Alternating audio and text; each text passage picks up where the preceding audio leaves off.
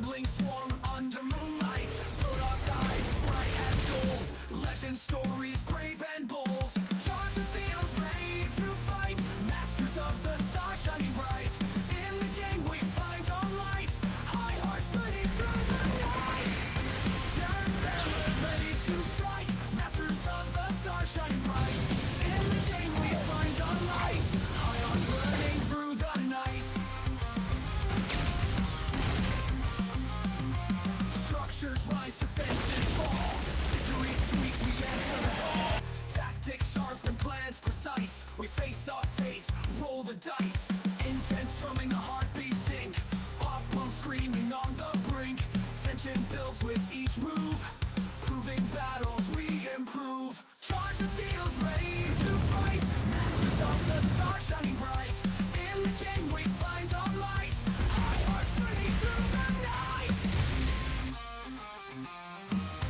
Turn sailor ready to strike. Masters of the stars shining bright. In the game we find our light. High hearts burning through the night. High hearts burning through the night.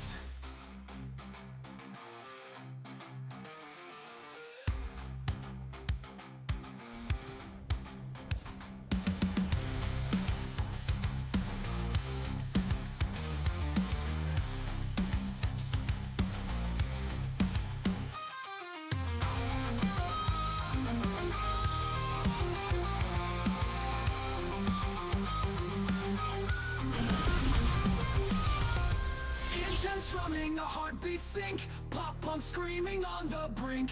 Tension builds with each move. Proving battles we improve. Charge the fields ready to fight. Masters of the stars shining bright.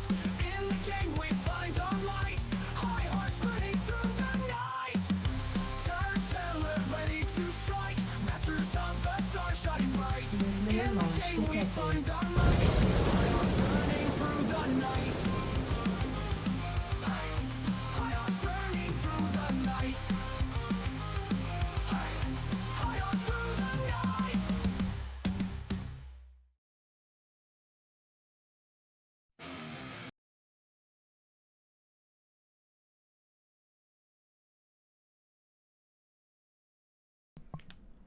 Let's go. Hyper Turtle is here, our host. Hello, everybody. Hello, loyal FSL fans. It's been a crazy week for me. A lot of stuff that I'm not even going to bother getting into.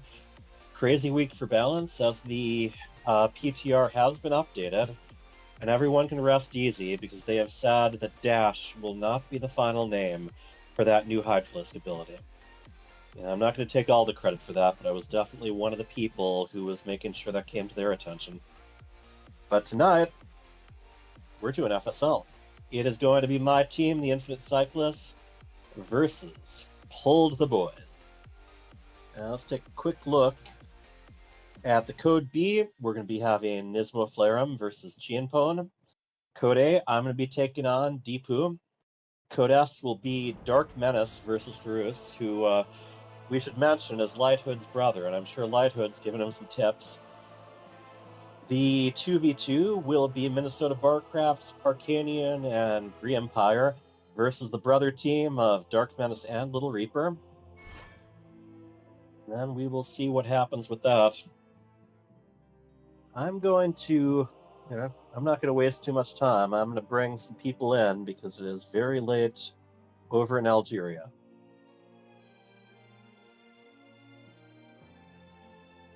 All right, hello.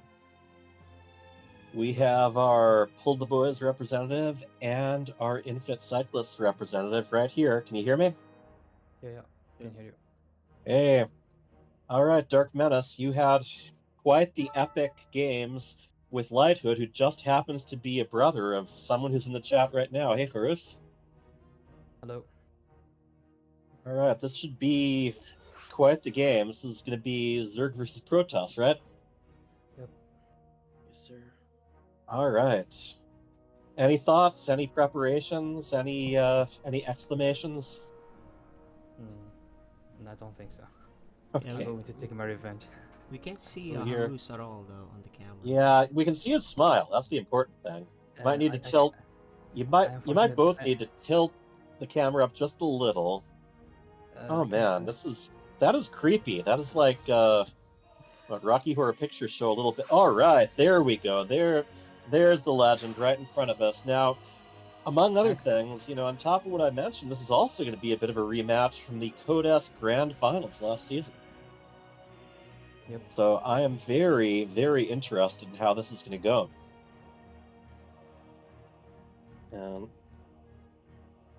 And also, just a little curious, Bruce. We did manage to get you StarCraft Remastered and the campaign collection. How have you been doing on those?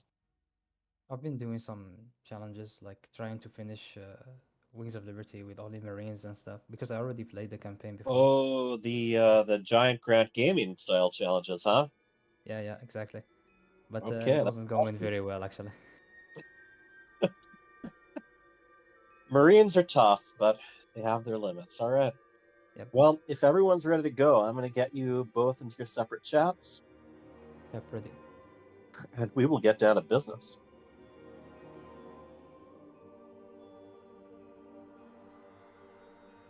All right, so these players are both right on top of what we have to offer here at FSL. Like I said, they were the big finalists last game. They will be starting on Dynasty. All right, both players are ready to go. Let's see what we got. Code S level for your entertainment. Now, Dynasty is a fun little map. We've had a lot of people who very much have wanted to have that be their map, and some people who it's the first thing they're saying they don't want to be involved with. This has the strange little pocket base that's just got a gold wall in the back. That can be used for you, or it can be a very easy vulnerability. In the lower left, we have the green Protoss, and he is Harun. And he represents the team of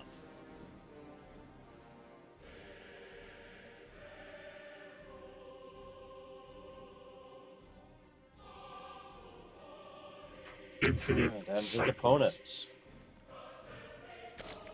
the Zerg in the pink. He is.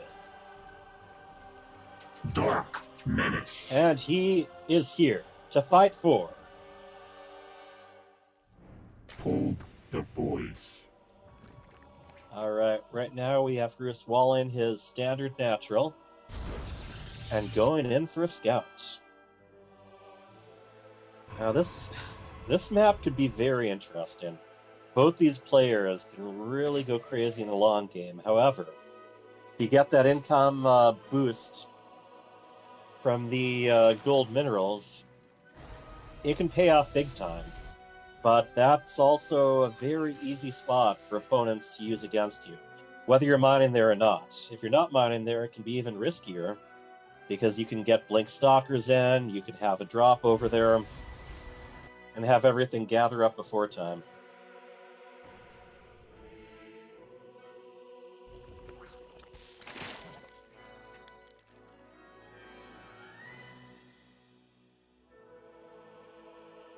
Birds are chirping. This is the quiet before the storm, people. Now, I just want to say, Dark Menace, kind of a master of just building up, building up, building up, building up. It's like as many times you hit him, he just keeps growing. I'm very curious what the first tech structure is going to be from Bruce. I'm assuming it's going to be a Twilight Council, but I've been wrong many, many, many times before.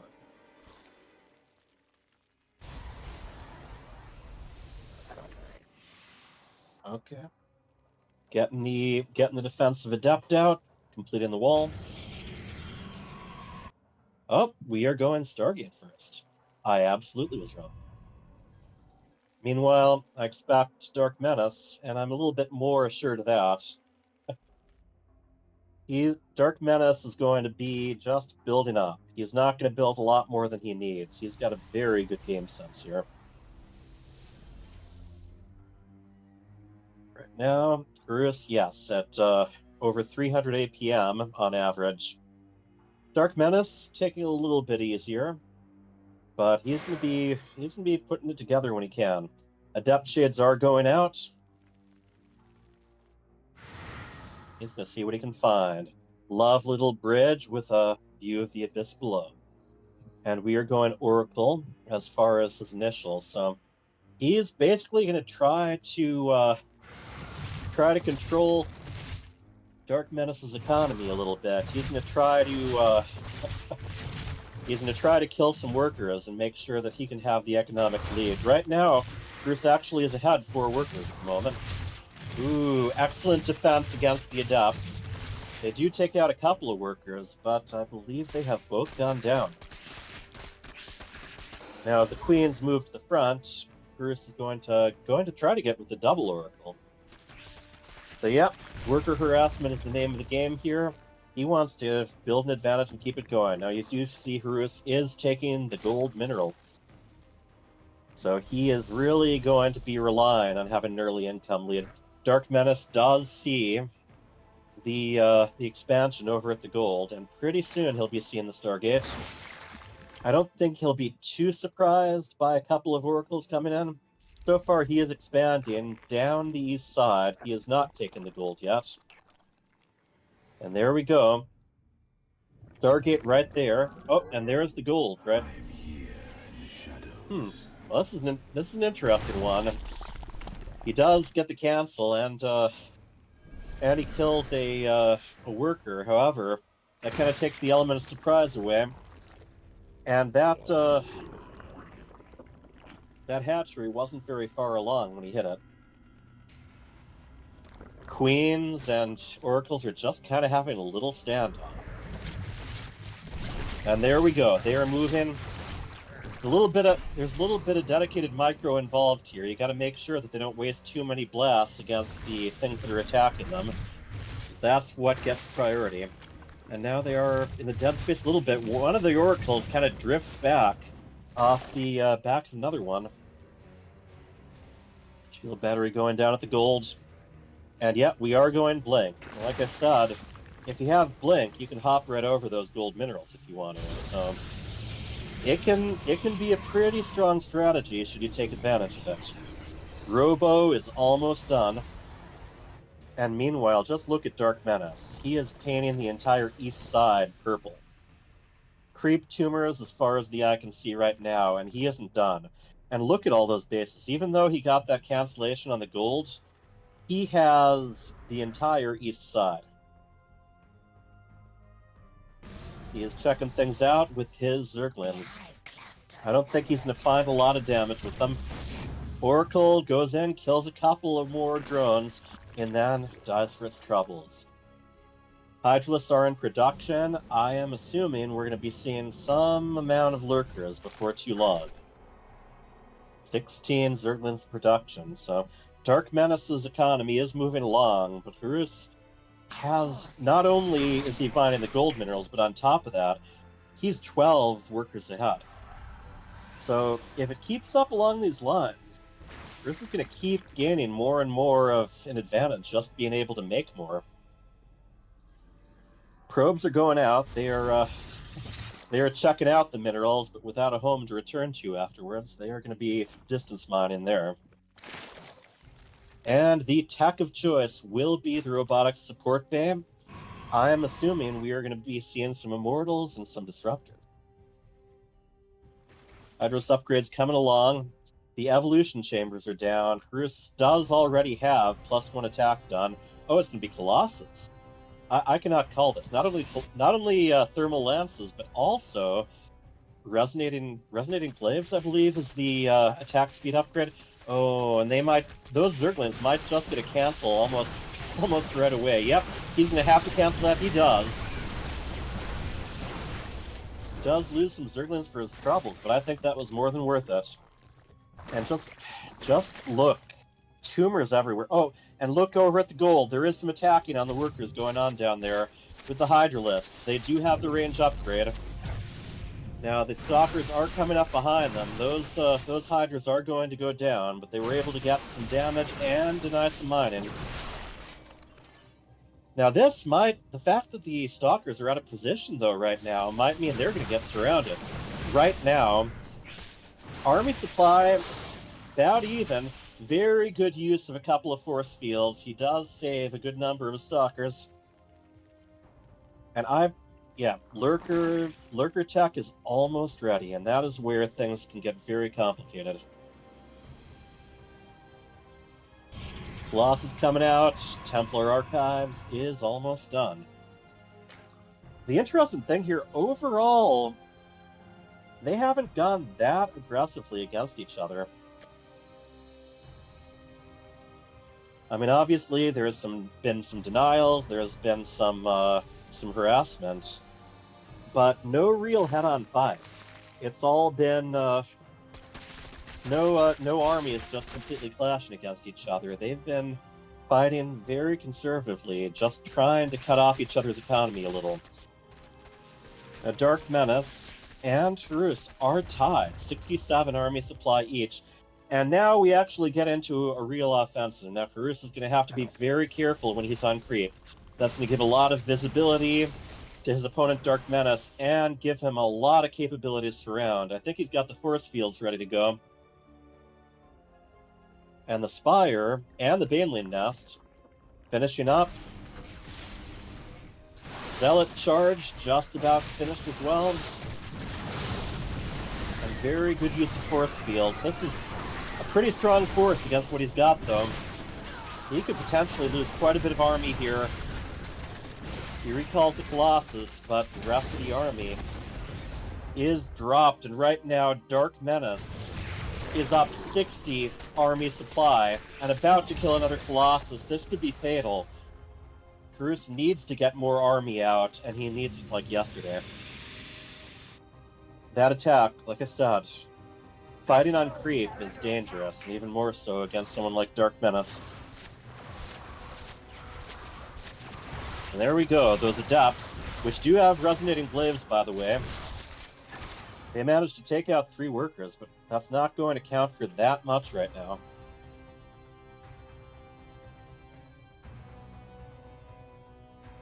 Dark Menace not really capitalizing.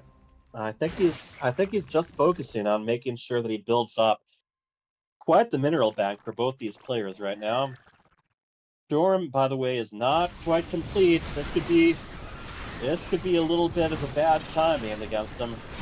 He backs up the battery, but there's Corruptors here as well. This might be it, honestly. 18 army to 16 army to 74. I think Dark Menace just won this. Corruptors are done killing Colossus, so they go ahead and take their liberties out on the Nexus, and Dark Menace has won.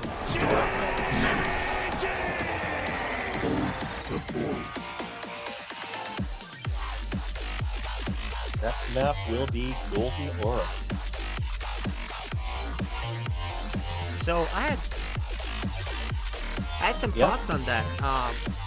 I think that he lost that. Harusa was in great shape. He had more workers for a while, and he had a nice army, but he stepped in and he lost that army on that first attack. So I think if he just kind of played that safe, because he needed the army, and then it snowballed after that. That was the problem, I think.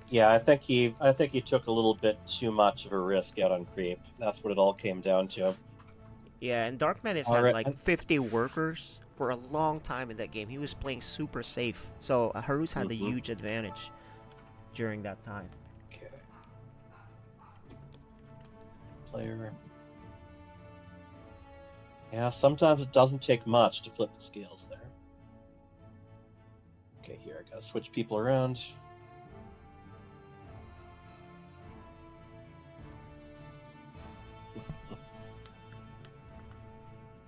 Yeah, it was interesting. The safety thing that Dark Menace was doing, he was not droning. He was just kind of like ready to make army units. Harus actually just was expanding. I love Harus's game plan there because he's a very aggressive Protoss, right? Yeah, And that he was didn't quite play the that economy he had going.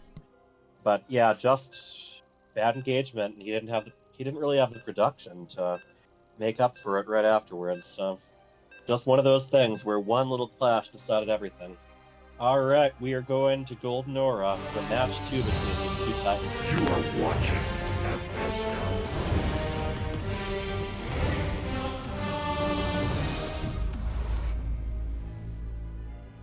In the upper left, we have the pink Zerg up one map. He is. Dark Menace. And he is representing the team of.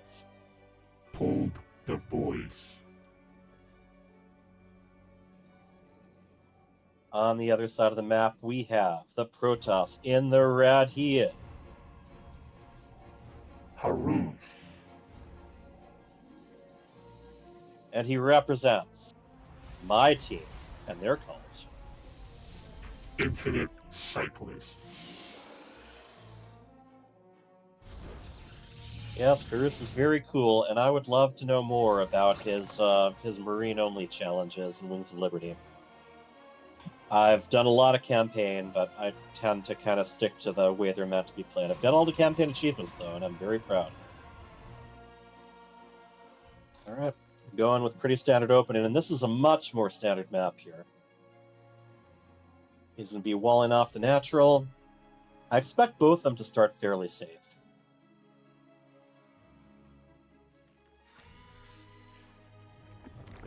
So let me add some inside scoop here. Yeah. When they were doing some vetoes, Dark Menace was worried about that one map for game 1. He's like, I really hate that map.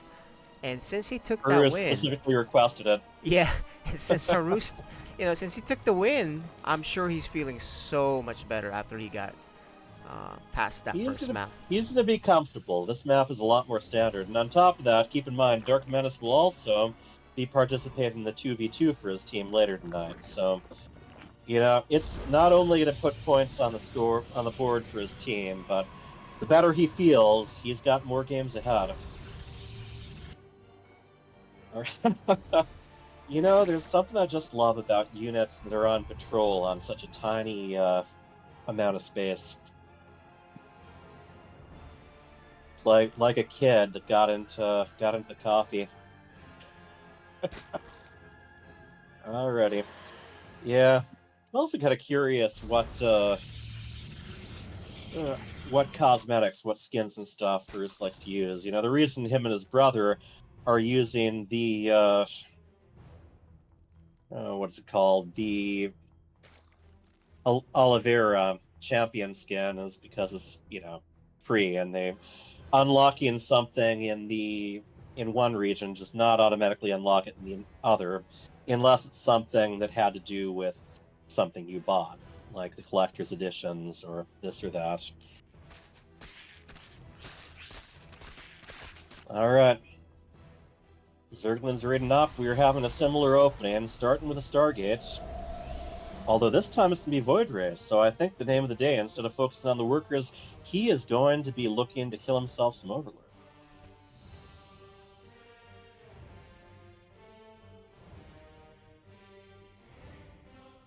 Dark Menace does know about the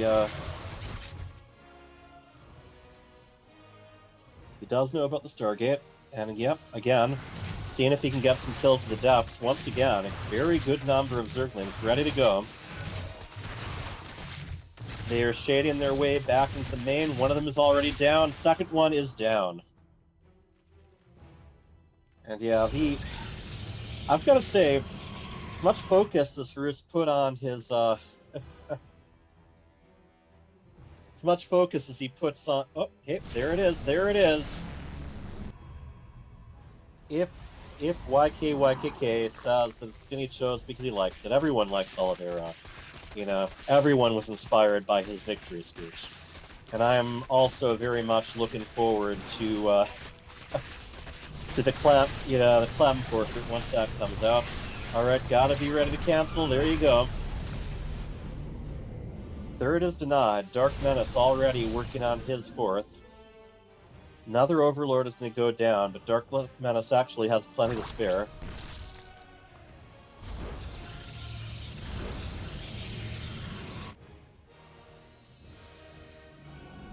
Dark Menace, of course, he's, like I said, he's got the spare Overlords, so he's going to find it worth it to keep an eye on his opponent.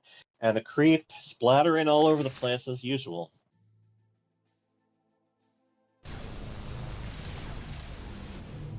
Void Ray versus Zerglings. The eternal conflict. Alright, Roach Warren almost done, Forge and Twilight Council almost done. We do actually have an Oracle that's on its way. But last match, you really didn't get anything done, and that was with double Oracle. Blink being chosen, Aspire is ready. Last match, Dark Menace managed to really get some good benefits out of having Corruptors against the Colossi. Colossuses, I have no idea.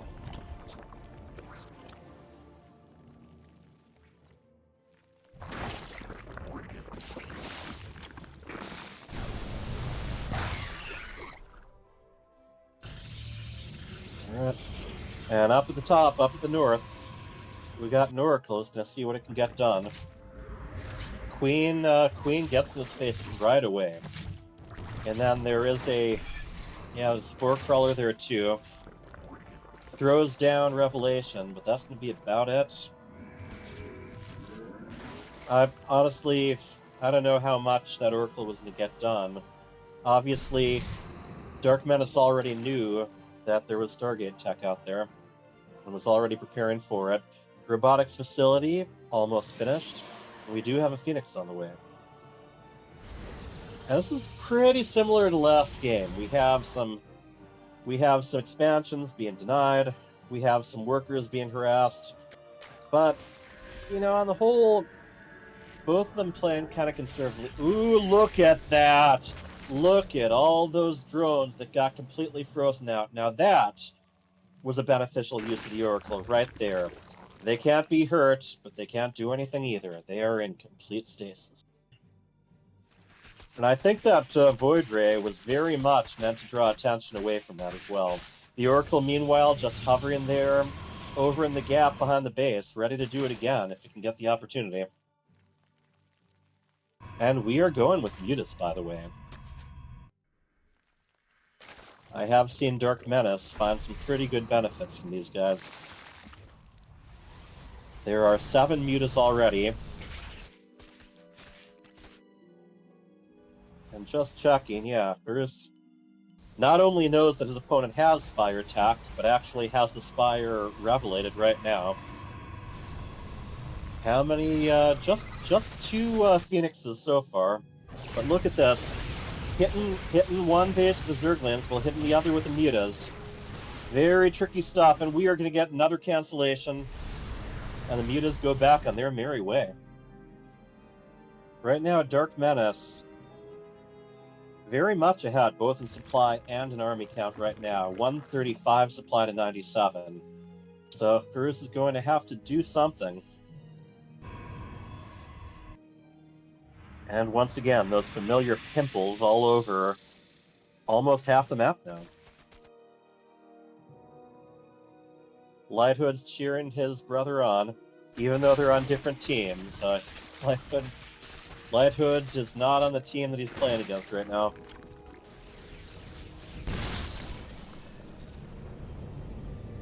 Alright. We're hunting down a Mutalisk. One goes down. Second one about to go down.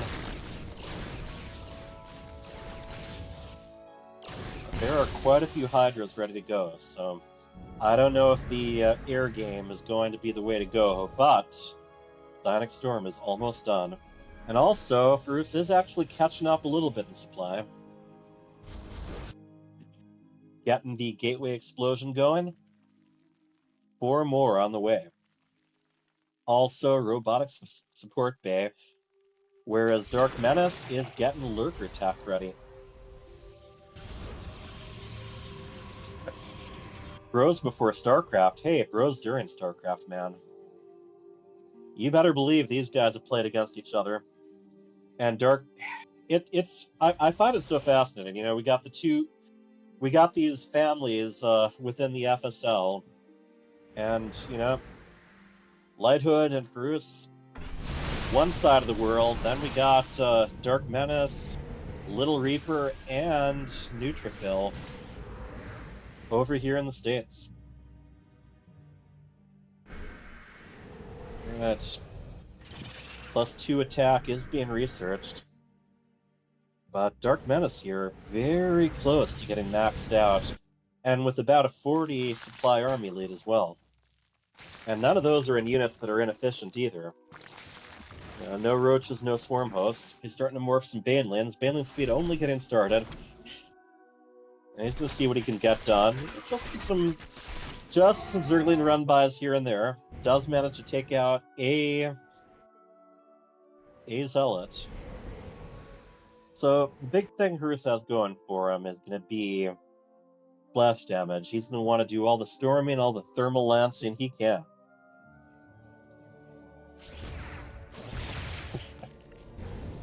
Zergling shot down. Alright, here we go. Bruce is in a pretty good position as far as this ramp goes. His opponent, Dark Menace, is going to try to split the attention between these ramps. We do have some lurkers going down already. Excellent storm there. The Zerglings are on top of the cannons, and they are moving into the workers. Bruce cannot afford to lose much economy. And we have the classic Changeling wall with a bunch of fake Zealots blocking the path a little bit. Good surround, though. Look at that. Colossus behind. Some excellent storms. However, the army supply is just a little bit too much. We have double the army at the moment from Dark Menace. Alright.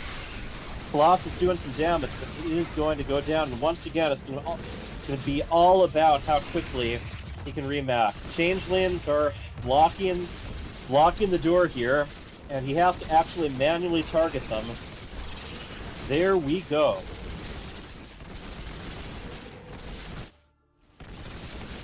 Again, I mean, very good defense, but where these lurkers on one base, the Zerglin is getting ready to pounce on top of another. 23 workers have gone down to Horus. And he is working with almost very little other than Zealots right now.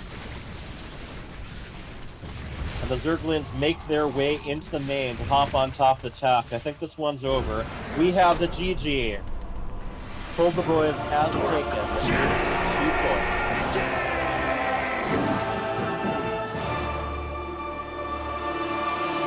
Alright, we're gonna bring him in. Alright. 2 very intense games. Game 1, Horus, your economic game was absolutely dominant. You just lost a little bit. Bad engagement out on the creep. I thought I had charge, but I actually had glaive. Yeah, I was actually going to ask about So- that. I did see that you made use of that. You did a little bit of harassing afterwards just to get your money's worth, but yeah, that Yeah. can happen. And I know. Dark And, Menace, yeah, go ahead. second game, I guess I tried to hard counter the mutas, but the fact that he saw me, that I saw that he's going mutas, was already a tell that I shouldn't have went, like Phoenixes and all that stuff. But it is what it is, I guess. It's a tricky thing. There's knowing what you know, there's knowing what your opponent knows, but also knowing if your opponent knows what you know. Yep. But yeah, big one. We actually had a question, both for you and actually with your brother. You both have Oliveira as your portrait. Is that are you big Oliveira fans, or is that just because in this region you haven't unlocked a lot of portraits yet? I think I don't remember actually. I don't play in NA that much. In EU, I have just like the Protoss logo. But, Okay, off of the 50 experience levels, huh? Cool. Yep, exactly. All right, Dark Menace, pretty strong showing. I mean, definitely the second game, you knew what you were doing. What were your thoughts on the first game? You had a really big comeback, really big turnaround on the first huge engagement. I had a really bad opening, both games, but especially the first one. And I was just trying to play around away from the golds because I knew I hate this map, so I had to like, and that just helped him get ahead. So luckily, I got a good attack, and we just win from there. Yep. Well, quite phenomenal creep spread and very good macro. So And I also you're gonna be didn't playing. do I didn't do the plan that I had for Dynasty actually. I don't know what happened. I was supposed okay. to, go gold and then go charge a lot all in. Okay. Well, because I know he plays Hydra Link and mm, Charge Lot are so strong against them. well, I we just got didn't do we it. I got don't know plenty why. more in the season, so hopefully we can have Yep. another Friday where it works out. I'm gonna let you get to bed. I know Yep. you got work to do tomorrow. Dark Menace, we will be seeing you later this very night in the 2v2s. Next up, we are going to be going with Code B.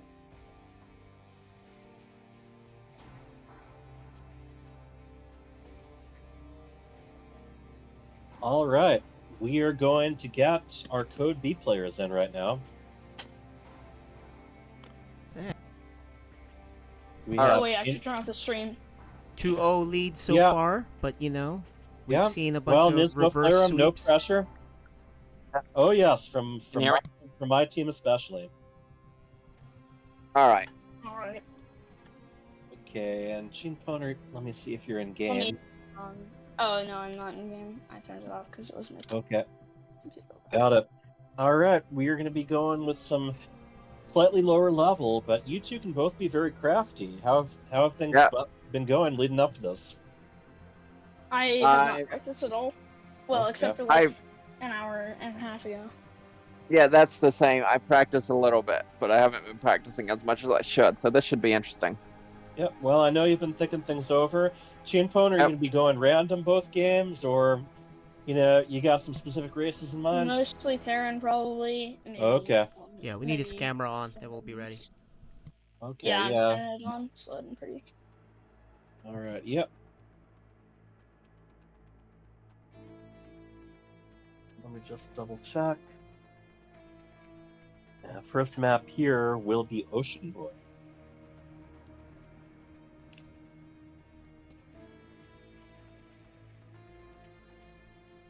And Chin. Alright, I'm Style. in the thing. Let me turn on StarCraft. Yep. Yeah, that was the next thing I was going to suggest there. All right, there we go. And then I'm gonna close everything.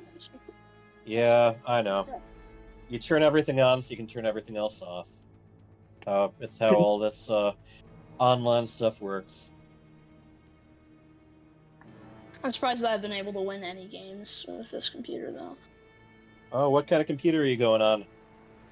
It's like it's a good computer and all, Okay. but its graphics card is completely out of date. You ask anyone, it's the actual it's the main CPU that really matters when it comes to StarCraft 2. That's what I've noticed too. That's and not how many cores it has. They'll all go on and on about how it doesn't take advantage of multiple cores, so it's all about how powerful the individual cores are. It's also internet. It doesn't really eat up internet either. Yeah, Like I'm able to play on it's pretty good for that kind of stuff. I actually, Sergeant ABC, I was telling him the stuff about streaming, and one of the wonderful things about streaming StarCraft 2 is, like the lowest quarter of the screen stays pretty static, where the console is. It doesn't have to keep redrawing that section, so move everyone around here. But yeah, also, if you're gonna get really competitive with a game with outdated hardware, a game that got released 14 years ago is a good place to start. So, good job. Oh yes, 2010 July was the release of Wings of Liberty. But enough history. You guys got anything else to say before we start you out in this wonderful underwater arena? Good luck. Yeah, good luck. All right. Definitely good luck. So.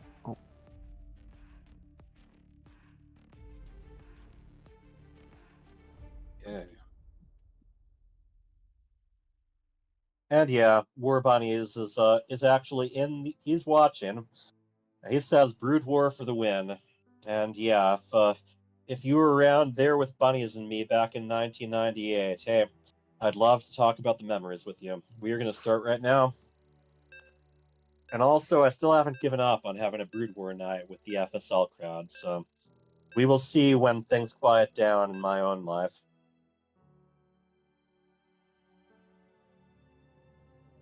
All right, Oceanborn here. You are relatively watching standard map, although kind of a strange as far as the opening of the natural goes. And then a lot of high ground, low ground. Okay. These are In. both gold. It's a good matchup. Yep, in the lower right, we have the orange. Protoss he is. Nismo Flare. And he represents the team that I represent, which is Infinite Cyclists. his opponent, the Green Terran. He is Jim Hole. and he represents the team of. Pulled the Boys. Alright, so Captain of the Infinite Cyclists, I'm hanging around hoping that Nismo Flareum can even things out a little bit. And as far as the chat goes, yeah, War Bunny's is a nerd. I'm a nerd. Oh, there's a lot of nerdiness to go around. New intro video. Oh, I'm gonna have to look at that again.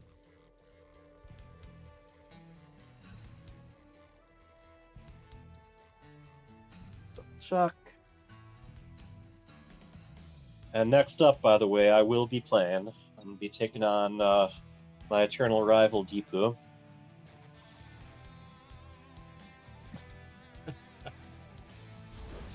With kids after 3 years, big changes. They need new videos. Yeah, they grow more than us grown-ups. Yeah. Oh, I think maybe misclick there. Okay, he started an add-on, then decided he wanted to go with a Reaper instead. He is, however, scouting with a SCV, and we're going 2 Zealots. I don't know if he. Oh, whoa! Miss rally on the probes there. Okay, he's bringing them back. I kind of wonder whether Nismo Flareum forgot the cybernetics core, or whether he's just really wants to go full out Zealots. Those Zealots will not be able to keep up with the Reaper, by the way. It can kite them until next week and the day after that. Simulator is down, but not being mined from. I think Nismo Flareum is trying to get himself together a little bit. He's got over 600 minerals at the moment. Meanwhile, Chienpone was getting the barracks going. I'd expect that he's going to want to hit with pretty basic units and hit as early as possible. Well, maybe not necessarily a rush. He's going for his upgrades, but usually he likes to kind of overwhelm his opponent with basic units. Okay, let's see how the Reaper micro goes. The Reaper hops up. It is going after the workers. They are chasing it around. Just the right clicking. Okay. These are players that aren't as old and experienced as those of us who have been who were playing Brood War when it first came out. So they're learning a bit. Overreacted to the SCV, yeah, probably. So right now they've both got their expansion started though. Triple barracks and combat shields getting pretty near completion. 2 more gateways on the way. I think we are going to be seeing a lot of tier 1 units clashing at each other like waves. But we do still have this Reaper, and like I said, you gotta have ranged if you're going to catch them. Ooh. Grenade goes down, bounces some more of the probes around. That Reaper has 4 kills at this time. Zealots are chasing down. Yep, this is classic early game annoyance. You know, you have harassment, and then you've got harassing harassment.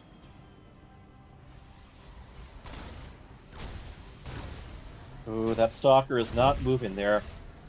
You know, we've been encouraging Nismo, just, you know, it's all right to have 2 here and there. You don't necessarily have to get fancy.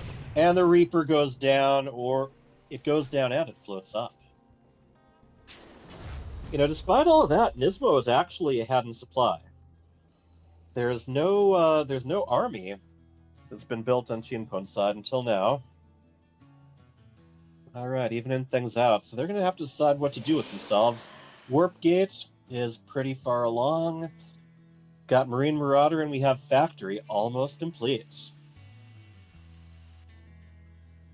War Bunny's cheering on the Ponester. What do we have there? Got a probe that's just kind of looking for a move out, I think.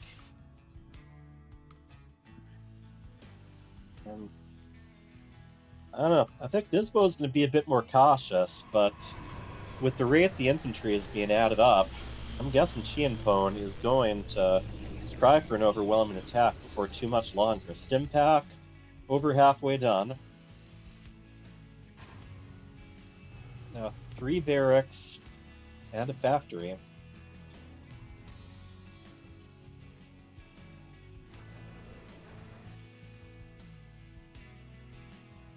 I've got to say, Chienpone doing a pretty good job spending that energy from the orbitals, keeping the Mule Hammer going. Twilight Council nearing completion. What are we going to be seeing here? Starport has just been started over on the Terran side. And aside from that Reaper, both of them mostly content to leave each other alone. The Cusp Shell's being researched, we've got a siege tank coming out. So this could be a pretty suitable army once Chienpone gets moving.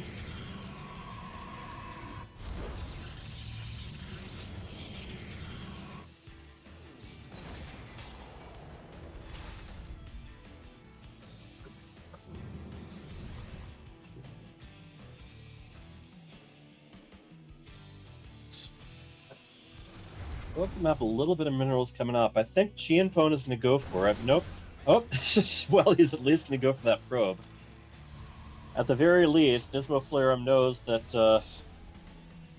got to look at Chienpone's army. I love that little supply depot formation. It's like a little flower that got stomped on.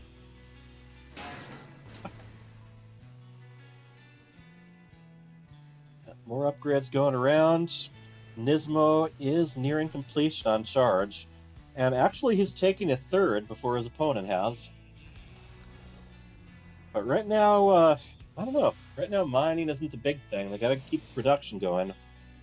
And here we go. Chienpone scanning ahead. And a lot of this is going to come down to positioning, but Chienpone definitely has more army supply. And Immortal in production. I don't see anything being warped in right now by Nismo Flareum. All right, let's see how we do here. This is a position with that siege tank with the wall can actually work against the Protoss.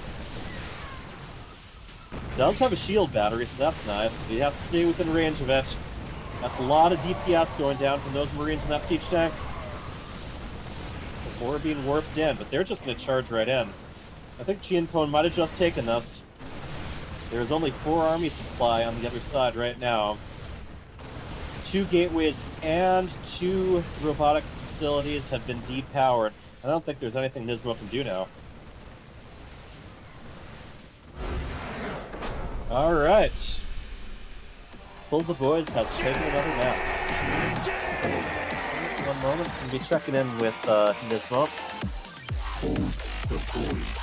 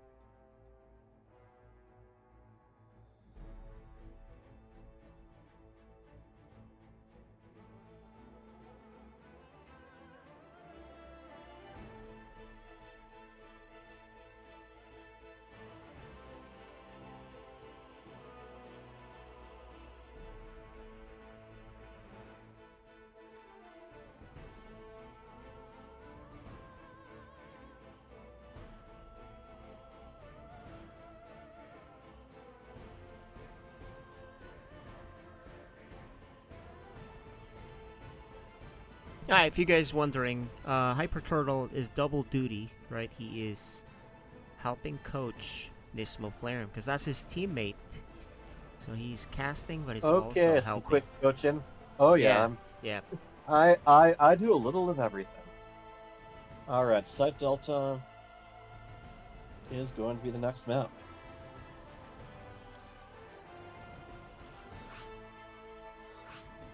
But yeah, choke work against them, and classic depower in there too. But in the end, yeah, just gotta keep the production going. That's what. And no matter what, Chienpon was building a lot more army. One of the things that I mentioned was, a little bit more production, but also remember to just hotkey those nexus and keep the chronos coming. Okay. See if our players are ready.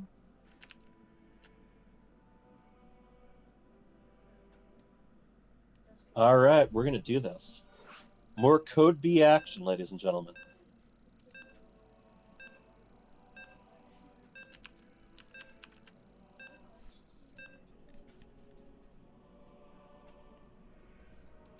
Charge the fields, ready to fight. You are watching FSL. Very, very green map.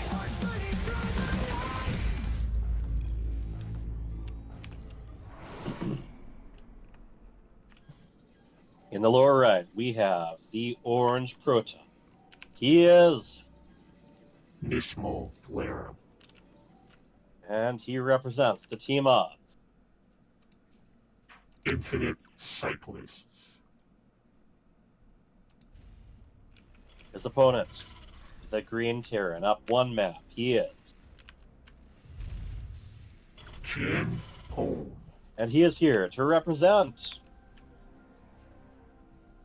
Pulled the Boys. All right, we are opening up again.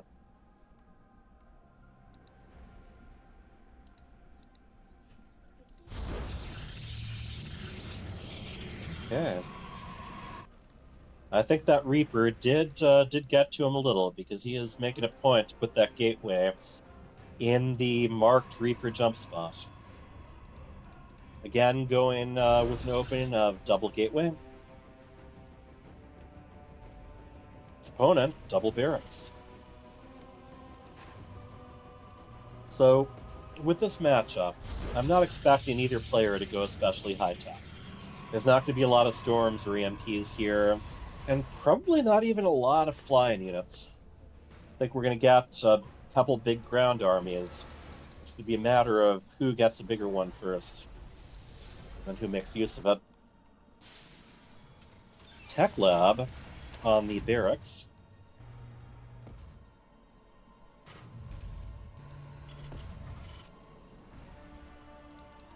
And Chienpon has finished walling off.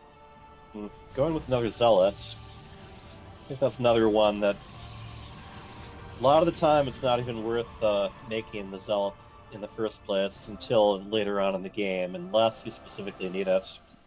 Maybe to clear out a building that's blocking you. But you usually want the ranged guys. Zealots aren't very effective unless they're in really large numbers or they've got charge. Okay. Reaper is on the way from Chienpon, and Stim about a third of the way complete.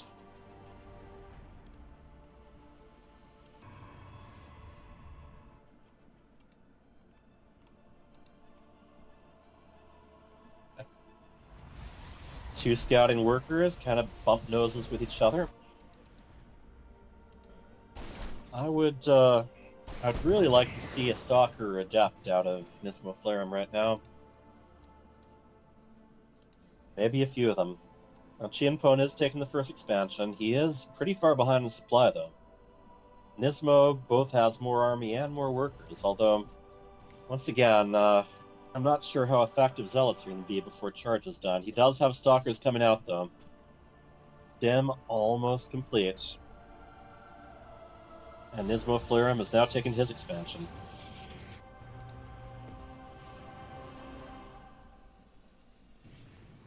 were talking about Chrono a little bit, but right now the Nexus is completely full energy.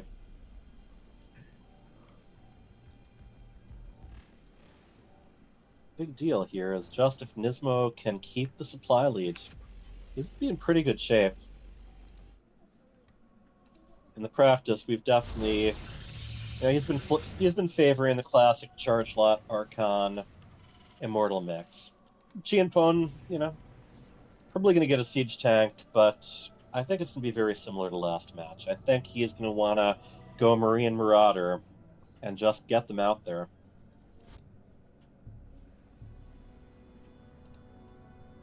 Twilight Council on the way.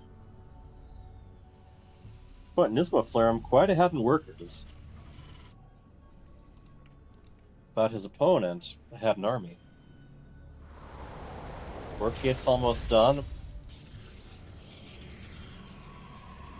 Kind of slow production from both of them. No supply blocks or anything, so they've definitely got the rhythm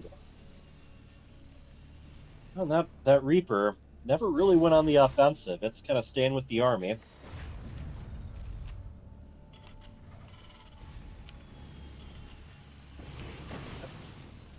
And notice once again, Chienpon is making that little aesthetically satisfying supply depot flower up in the main.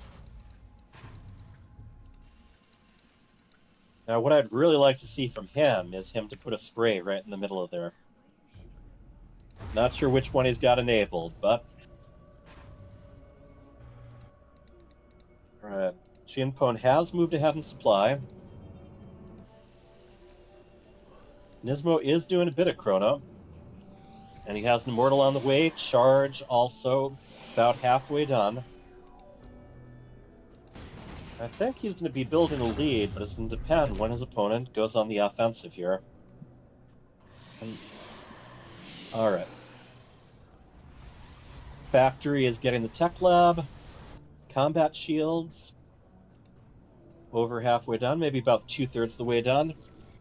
And Charge is just about to finish.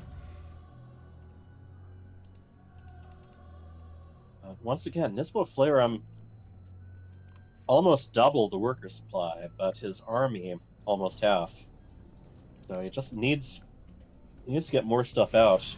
Yeah, I noticed something with Nismo. He has the warp gate ready to go, but he doesn't make any warps at all for a very, very long time. So it's an easy fix for him, Yeah. For Yeah, practice. you got the buildings, you got to use them. All right. This is looking very similar to last game, although Nismo is at least a little bit closer as far as the army goes. No shield battery there, though.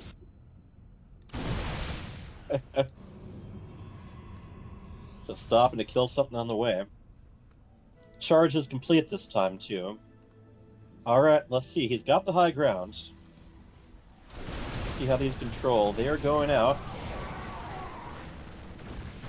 Chienpon actually using some stem and some little bit of kiting, stutter stopping. I think Chienpon just took this again. Yep, Yeah. he's got that. No army supply left. I think Nismo missed like 3 or 4 warp in cycles, so that would have been 8 to 12 more charge slots, right? So yeah, Chienpon was making things when his opponent wasn't, and it's about to be where he can't make anything. So, all right, we are going to be at 4-0 again. So it's going to be up. We're going to have to see if we can do just reverse things again. More Marines pushing across the map.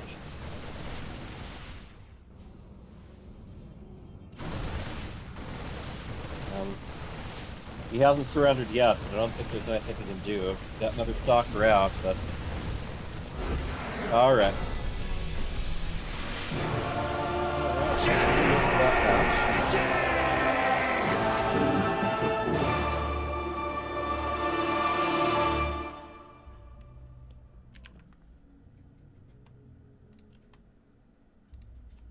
Okay, hey guys. Alright. So, I think one of the stories there, Chienpon was just always had an army supply. Yeah. almost a double. So, Nismo, Yep. you had a good worker count both those games, usually well ahead of Yeah. him, but the army just wasn't being produced, and that's Yeah. really what it came down to. That's where I noticed where I was falling short. Sometimes was the producing the army. I need to work on that. Yep, just I just need anytime to. the I gateway, don't think I. Sorry. anytime the gateway, anytime the cooldown on the gateway is done, try to use another cycle of it. Yep. And Chienpon, simple but effective. You managed to get quite a lot of infantry across the map both games. Forgot my second tank. I forgot my game the second game. I forgot my tank the second game, and I thought I was gonna die. But Well, you bet on If I had yourself more and you won. zealots, it might have happened, but I did not have enough immortals Yep. or zealots on the field. And Nismo, another thing, usually you don't start out with zealots until they have charge, unless you absolutely All need right. them. Usually adepts and stalkers, you can usually wait until you've got the cyber core done and just pump those out. But Okay. you have the right idea, just a matter of just refining it and just practicing getting your supply up as Yep. quickly as you can efficiently. All right. That's what I've been doing. So. Yep, and I can see some change there, no doubt. All right. Well, we're GG. gonna. Yeah. Yes, indeed. We're gonna move along a little, All right. and Nice playing with you. yeah, definitely. We By will the see way. you around. I'm not very good against rush, and you basically were able to take advantage of that. So. Okay. Yep. Nice playing with you. Yep, you too.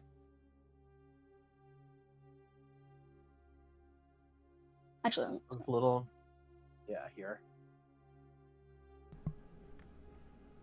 All right, got Deepu on. Oh, we do. All right. Congratulations. Hey, man. Hello, hello. He's All on. right. Let's see.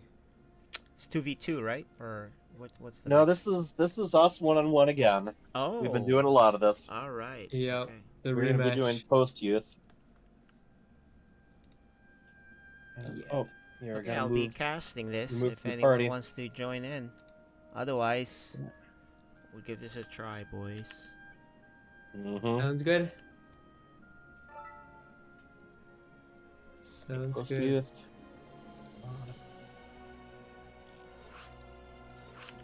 Okay, I did not have the best showing in my 1v1s last week, but I've trained up a bit. It's a fresh day, fresh mental. All of my homework is done today, so I don't need to stress about that. Oh, that's a big And ready deal. to. Yeah. It is, yeah. It's a whole different me today. So. All right. Well, nice to meet the new you. Thank you. I'm just gonna be going with what I've got. Hmm. All right. Yeah, I think we can probably just divide up now. Okay. Good luck. Yep. Good luck. And All right, guys. We got these two. The last time Deepu caught him with some pushes, some a marine drop, and he was Zerg. Hyper Turtle was Zerg. We will see what he is. They're down 0-4 right now. So this is super important that Hyper Turtle gets a win to extend this and have a chance. Otherwise, they clinch it. We still play the game still, but here you go.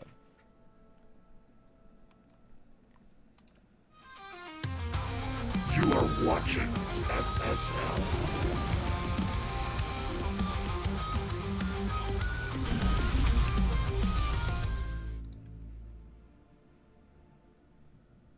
And it looks like it's gonna be Terran Zerg again, just like the last time. I didn't think he was going random. I think he was going Zerg. That's his best race, he said. So, all right, here you go. In this map, post you. I like this map. We got the Zerg player, Hyper Turtle. and he's on this team, but he's also the captain, the main dude. Infinite Cyclists. And one of the key members for this team, he is playing Terran. Deepu. Pulled the boys. Yeah, so this map, you get a free base, and there's some gold in there. So this is a great map, so you can, you know, it's pretty safe to take a fast expansion. Just be ready for a rush. So as soon as you take that fast expansion, you can make your barracks or pool or whatever if you want. So that's what the Zerg is doing here. So he's just going to expand, and then he should be making his pool right away, right after that. Meanwhile, Terran is being a little safe. So he's actually, no, he's going to be aggressive because he has two gases already queuing up here. Not looking to expand just yet. See, he's going to be very, very aggressive. So it's key that Hyper Turtle makes that pool soon. And he spots this. His Overlord is too far to know what's going on. But this Terran is not looking. Well, that's an odd spot for the depot. Usually you want to close it here, but maybe he's going to use barracks or something. I mean, an add-on to close it. But you know what happened the last time when he did that? He blocked off his tanks, right? Because of the add-on, you can't raise or lower. So I'm not a fan of doing that. But anyway, Hyper Turtles early hatchery is about to pay off in big time. So it's all about Deepu. Can he get out there and punish this? Because he is looking to be very aggressive. He's taking a super late. He wasn't even taking a base. He is just actually just checking to see, did he put a hatchery here? You know, I don't know how he would have snuck up in here, but he just wanted to double check. And he's making a factory. He's definitely not looking to expand just yet. He's very, very, very aggressive. There's the add-on, as I mentioned. There's the really late, super late expansion. It's 219, while Hyper Turtles is done and already mining. But this Reaper, not doing anything just yet, but he should get quite a few kills. Oh, the Lings are here already. So it took a while. I think he could have killed at least one drone there, but he took a while to hop out. So Deepu a little bit late there to take advantage of that, but now the Lings are here, so he really can't do too much. He's gonna get Hellions, look like. That's why he's doing that switcheroo. Hyper Turtle still expanding. In fact, he wants to get this base, not the one where the Reaper's at. So yeah, he's very economic focused here. Speedling. Speed for the Lings coming up soon. He's guarding the choke, you know, what do you call that? The jump point. And he's like, I can't get out, and he dies. So good job by Hyper Turtle waiting for that. There's some Hellions now, waiting a few more. He looks like he's supply blocked, so that's unfortunate. But it's finally there, but it's a little bit late on the Hellions. They slowed that down a little bit, but not too bad. So he has 3 Hellions instead of 4. 3 is enough to kill a worker. 4 would be good. That way, if one of them dies, he still can one-shot. So that's the only problem with that. But, you know, just because he was supply blocked, he was late. But anyway, here it is. Let's see if he gets in there. Oh, he gets discouraged. But he does see the expansion. He's falling behind on this expansion stuff. Look, his second base is finally there, ready to go. But Hyper Turtle has been mining off of this rich gold base, so that's scary. And Hyper Turtle is going Roach type, which is good because Deepu's going Marauders. That's good against Roaches, but you need a lot. You gotta be careful. Hyper Turtle is ignoring this, and Deepu does not know that Hyper Turtle is looking to maybe sneak up this base. And all he has are these. And he didn't close it. Did he close it? He can actually get in. But he doesn't get in right away. Oh, he could have done damage right away, but he took a while. And now it's not a good spot, actually. Oh, but he moves out of the choke. I thought he was in okay shape there, but he moves out of the choke. But the second Marauder is here, but then there's more. Okay, the Hellions are coming back to help out. He'll be able to clean it up. But, you know, he lost 3 Marauders, so that's not good. He needs those Marauders for these Roaches that are going to be showing up. The double Vikings? Fantastic, right? That'll kill so many Overlords. That one's next on the hit list. Hyper Turtle, though, has plenty of supply to spare. He'll need it for lots of Roaches. He is actually adding another Evolution Chamber and constantly doing upgrade. There's the second one that's going to go down. Deepu does not have a third command center, and he has a lot of money, so he can easily put 2 command centers if he wants. But he's a bit late with spending his money. He has a lot of money. Yeah, he's very late in spending his money. Meanwhile, Hyper Turtle, he is cruising here. He's got a nice flow. Spending money, keeping his bank low, because, you know. Ooh, this is a good harassment here for Deepu. Kill 3 workers and then get out. Oh, actually, maybe he can kill a Overlord before he goes? Nah, good transfuse, Hyper Turtle. Deepu is gonna take the 3rd base on location. And he's still massing. See, this is why I don't like this setup, because his tanks are just like, have to go all the way around. Right, typically you want to have 2 depots here, so that way they can go in there easily. So this is really rough as far as, you know, these units getting stuck. The Hellions do kill 2 workers. And the Vikings, oh, he might lose 1. He gets away. Nice job. But it looks like they're gonna do a drop here. Oh, it's an invert pickup. But see how the long way to go all the way around. He does have a nice army though, Deepu does, with tanks. And so we'll see. This is a pretty good size Roach Ravager army, but if you're Siege, I think you're good here if you're Deepu. And Deepu's looking to attack. So let's see what Hyper Turtle does. He sees the attack, so he's gonna back off and greet it. Here it is. The siege is up. Great Vials destroys that 1 tank, but makes Hyper Turtle retreat. He's like, yeah, I don't want to fight just yet. The worker count is actually pretty low for both of these guys. You know, there's the saturation for the Zerg is very low. At 40 workers? Yeah, they're very low worker count right now. I guess he didn't replenish his drone count after making all these other buildings. But the Terran is gonna keep pushing. He is still dropping mules. He's gonna siege this area up. Can he? I don't know if this is enough units here. There's a siege. This is a nice, scary siege push, though. Let's see if Hyper Turtle can stomp this. If he stomps this, I think he's gonna win the game. But he's a little bit late here. Here it is. Good wraparound. Kills that 1 tank. There's a couple more. Good Vials. He should get rid of, and he will clean it up. Nice job. So now he can just kind of cruise into the rest of this. He even has Hydras. So he is in a great spot here now. Nice pushback.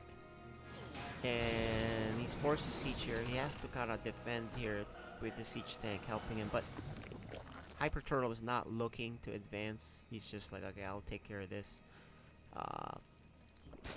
Just kind of chill for a little bit. But his worker count, you see, he used one of the drones to make this infestation pit, but he didn't replenish it. So that's one weakness on the Zerg right now. His workers are actually way less than the Terran, who's taken a 4th base. So this is pretty bad. He doesn't realize it right now. It's just basically just does not have enough workers to take advantage of his position. He pushed back the Terran siege. Typically after that, you are in a great spot to drone up, right, and continue. But he has not been droning. Okay, he's gonna add a couple of drones. That's good. But you need a lot more than that. He's fallen behind quite a bit here. The economic engine is pretty good now for Terran. However, it looks like he doesn't have enough barracks to support this push. But he is gonna cancel this command center. Nice job by Hyper Turtle. Deepu's like, yeah, let me... Well, it canceled it just in time. Just stim, but a little bit too late to save that base.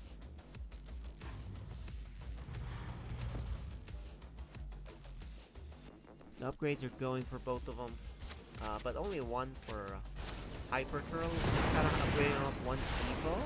Yeah, the other one. So he made 2 Evos, but he's only upgrading on 1. But he has gotten a bit more workers. But this is crucial. Let's see the damage here. Oh, I don't think Terran has enough army here. Yeah, you know what? I think Deepu just does not have enough production facilities here. He only has 3 barracks here, and he's gonna need that tank siege. Alright, he needs a great engagement here, otherwise he might just die here, and we have lurkers coming into play. Hyper Turtle bringing the revenge back for Zerg, because he lost to Deepu in games 1 and 2 last time they met. He is looking to counter or leave. I guess he's leaving. He does have the next base saturated. They're both on low worker count at 54. I suppose it works out. Deepu is gonna get his 4th base up, and he's already starting on the 5th in front of that Overlord. That's kind of funny. Yeah, just, you know, Hyper Turtle really needs to drone up. Again, he made another building, but he uses the drone here. It doesn't replenish it, right? So, but he is going Hive. Deepu decides not to expand under that Overlord's vision. And Deepu scans to say, okay, I think I'm still in this game. I think Hyper Turtle could have ran him over, but now that he waited, he should be good. Deepu also got Liberators. And how is the supply? Okay, Deepu added quite a few more barracks, so that's good, because he really needed that earlier. But now that he has that, this game is going to be a little bit better for him. It's really just about the engagement, it looks like. And the Liberator is already getting shot. Probably get a couple more drones here, though. Yeah, just 2 drones exactly. And the other Liberator didn't really get anything, because he didn't get to siege him. He didn't get to shift Q, right? So he didn't get to kill anything. These lurkers, if you can put them on hold, you can kill a lot more, but he killed a lot anyway. Scary. This game can still go either way. Honestly, you know, Hyper Turtle is not punishing the Terran with his position by droning a lot. He's still at 50-something workers. And Deepu was very late on getting all these production facilities. But the game is going into this hyper expand mode. And here comes a big push here. There's no lurkers here. Oh, what happened to Hyper Turtle's lurkers? They're not in position. There it is. He's going to unsiege and just going to try to do something. But not until all these workers and the base is gone. And you know what? If Deepu just leaves, he's in a great spot. He just has to leave. Yeah, he does leave. Takes some damage from the lurker. But he is going to get away with that. If you're Hyper Turtle, do you want to attack? I think he's going to. He needs to engage. Now, here it is. This is quite a choke. Oh, this is not good. Hyper Turtle kind of lost patience there. And now Deepu is in the game again, guys. Yeah, that was not a good engagement by Hyper Turtle in that choke. But he does have plenty of bases. He just gotta produce, and he's got Hive, and he's making Ultralisk, guys. You know, upgrade-wise, it's decent. He is doing the Ultra research too, so. But will Deepu give him the time? His units are very hurt, though. Oh, he does scan that. Here it is. I don't know. This engagement. He's gonna back up into the lurker fire. Deepu does not want to go there, of course. But he does move. Oh, he's on siege. This. And the Ultras are like, uh-oh, there's Ultras. Oh, man, the Ultra is very slow, though. Deepu is hyper-stimmed. He's very weak stim-wise. I think, oh, the Viper goes down. And Deepu's gonna give up.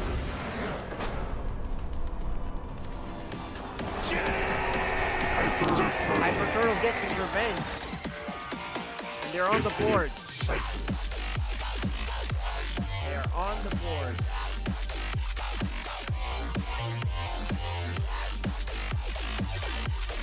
There's a 4-1 score. I think what happened there was, as I said, right? Deepu just didn't have enough production facilities. And he lost a couple of fights there. So he couldn't snowball.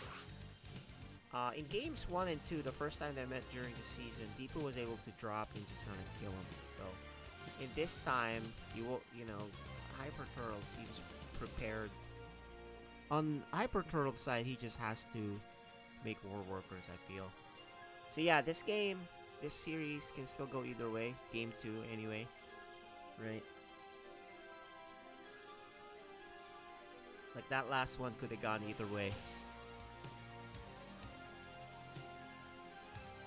But that's pretty much it, I suppose. But anyway, Hyper Turtle taking the game. It's now 4-1. And we have a new map here. It's gonna be on Amphion. You'll get the map list right there, so you guys can see. It's also here with the score. We've had a lot of reverse sweeps in this thing, right? And gone to an ace match. It's possible to go, even though it's 4-0, right? We'll see. Here it goes. You are watching FSL.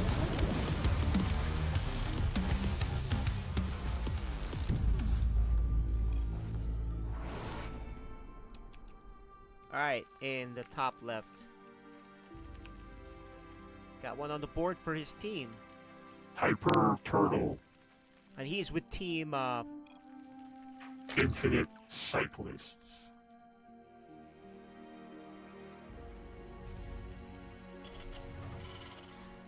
and here is the Zerg. Deepu. Pulled the boys. Okay, this is the map where they've had their game one. Deepu had a nice drop, dropped it right here, and just kind of stimmed to win. Let us see what happens here, what Deepu would do.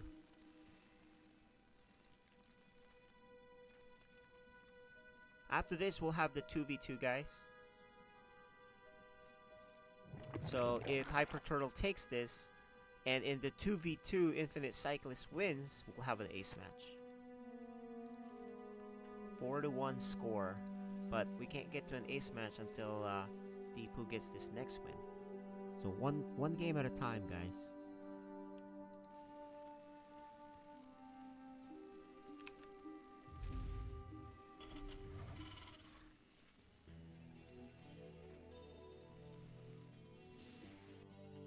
So nothing unusual so far in this game. Reaper opener. I really hope that Deepu doesn't make a add-on here. It's just too much. Although the pros do it when they have a specific plan. So we'll see. He does. It looks like that's what he's gonna do. That's why he put that here. So that's what he wants to do. You know, and this one is actually okay because his stuff will be on the left, and this will lower, and you can get out. The problem is on other maps where they have to go all the way around, right? So this one, I think it's okay to do that. Anyway, the Reaper's coming out here to see what he can do. In the last game, he kind of waited a little too long, and he didn't get one kill. Here, he's forced to actually engage, and he actually might get this first drone here. There it is. That's much better than in game one. And there's the Ling. He might even get a second kill there with the Ling, but he decides to just get out of here. Yeah. And the Queen's like, yeah, get out. Stop messing with my kids. And the factory, he's gonna lift that with Hellions again. If he's not supply blocked like the last time, he actually can produce double Hellions continuously. And there you go, he does make his command center depot. If he lifts this out there, he's got good supply to continuously pump out the Hellions, right? So he'll have 4. But he also got thwarted. When he got in there, he kind of got scared when they got up the choke, right? Because he saw those queens. So I suppose it doesn't matter too much. Meanwhile, here's a trap here. That Deepu might just get trapped here. Oh, he smartly goes back that way when he bombs himself. but he's still alive. Oh, one hit away. Oh, the speed comes, and here comes the Hellions. There's two.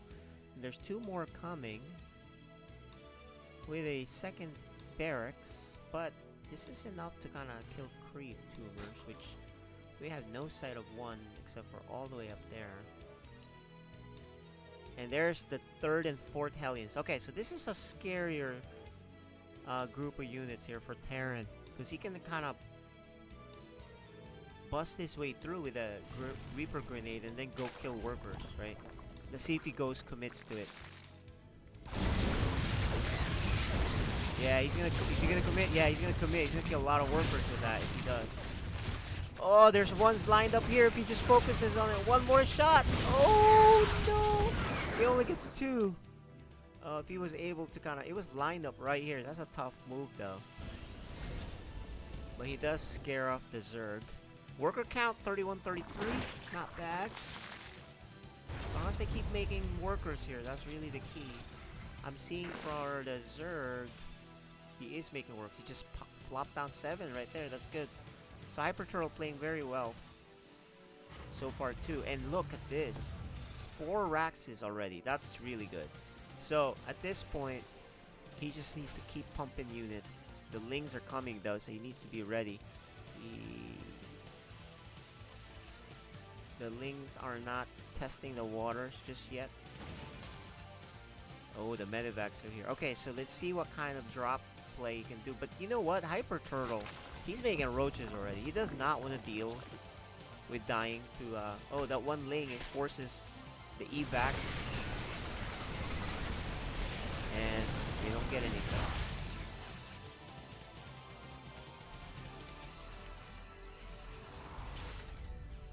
Prevent the supply block. He does drop that, but then he makes 3 more depots. Okay, so there's 4 medevacs, but it's just not enough units for those medevacs. If he actually made like 2 liberators instead, that would probably be even better. But hey, he has 4 medevacs, which will pay off later when he has more infantry units. He does have 4 Axis pumping units out. So if he gets a ball out there, he's gonna tie this game, this match up, so, and clinch the series win. But if Hyper Turtle can kind of get comfortable here, he has nice worker count, better than the last game already at this point in time. Oh, he's on move. He's not on. He's gonna lose that tank. He almost loses that tank. Will he repair it before he goes? He's not gonna repair it. He's gonna see if he can kill worker. Oh yeah, he's gonna kill Overlord. That'll help him sneak up and not be spotted. That monster drop. So this might actually help. Yeah, he's not gonna see that. If this drop gets sieged nicely here, this is a nice distraction. Here comes the drop. If you're sacrificing, if he's able to siege. Oh, but the weak tank is right up front though. If he can protect that, this is a nice spot here for Terran. Here it is. Lots of damage. He will kill the first tank. Second tank still firing away. Lots of workers killed. This is a really good drop here for... And he gets out with most of his medevacs, well, all his medevacs and some units. So this is a good drop, because he got Hyper Turtle down to now just 28 workers.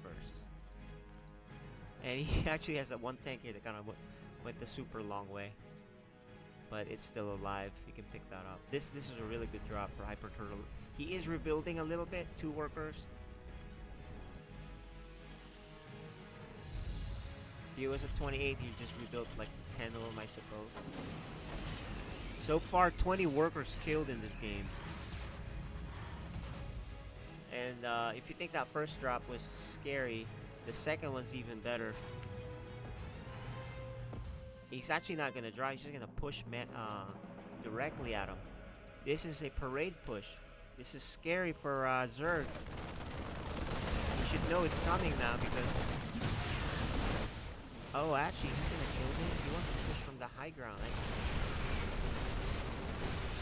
I almost. Yeah, I guess that's the way. He's gonna push here, his siege up here, and then just be in a great spot, right? It's all about his tanks. He's got more coming here. He just needs to F2 it over. He's just gonna hold this one here. Hyper Turtle knows there's a big attack coming. Can he surround? But he doesn't seem to have a lot of. Okay, here goes. The tanks are unsupported. This is a very, very tough one. This is a lot of infantry, guys. And there's still another tank here. Uh-oh. The stim. Deepu, he's in a good spot. He's gonna siege up in the tank. And this high ground is gonna be really hard to bust through.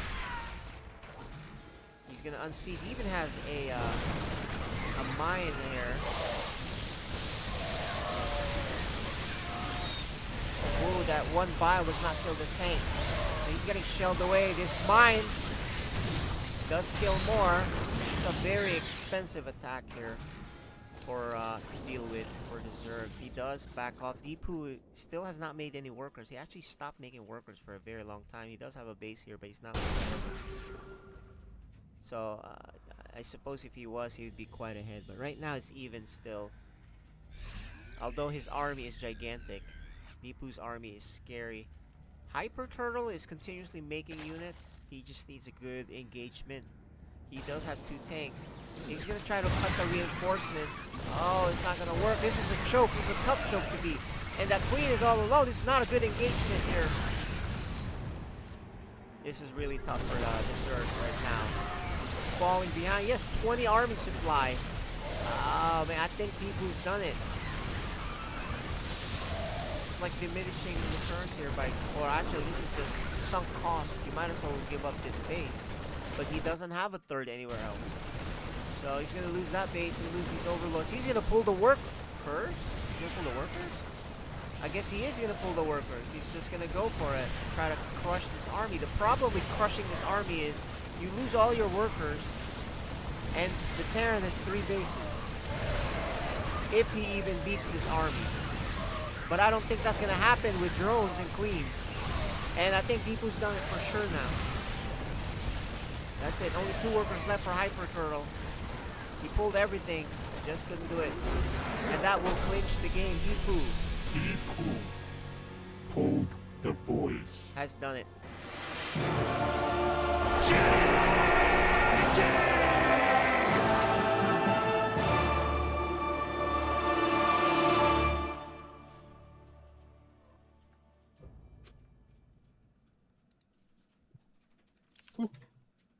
GG. Yep. Whew. Intense. Yeah, just a bit, huh? That was nice. Nice job, guys. That was very... You guys are developing quite a rivalry now, huh? Yeah, well, one of these days we'll do a nice best of 99, okay? Yeah. Yeah. Yeah, and with Clear that... out a whole month, yeah. just game after game after game, huh? Yeah, Deepu, you you clinched the win on the series, but we still have a 2v2 anyway to play. So Yeah. Okay. Alright, well, GG's. Good luck to my team's 2v2. there you go. We'll see Yeah, how that definitely. goes. Alright, let's bring that I'll up. see you. Good game. Mhm. 2v2 is gonna be pretty good, man. You got Parkania, Greenpire. Yeah, I don't think Parkanian's going to be ready in time, so it's probably going to be you solo casting again. Oh, you're gonna play. Yeah. I see. Looks Okay. like it. Yeah, Greenpire, you ready? I'm ready. Okay. Well, Okay, well let's add the players that we want to talk oh, to. we did. Here, I'll invite to party anyway. And You know, the show good them on news here camera. is our team loses regardless of how well we do, so no pressure. Well, you know, in the playoffs, those wins will count. So we'll see. Oh, yeah. Okay, here. Got a dog here. Can't decide if he wants to be... which side of Rainer he wants to be on, I guess. Alright. And Little Reaper here. Is that everyone? Yeah. The 4 players and KJ. Okay. As the heavy artillery.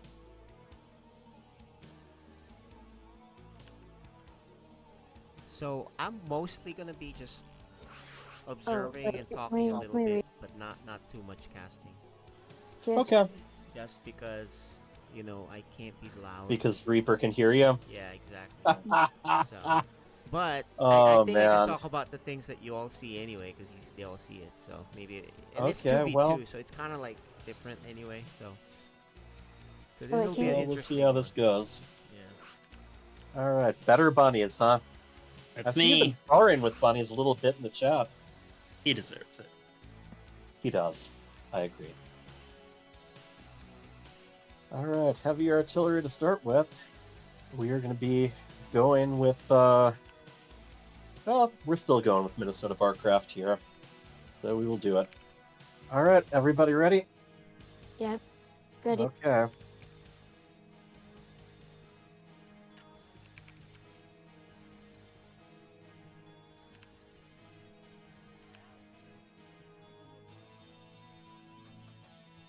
Alright, we got this 2v2 here.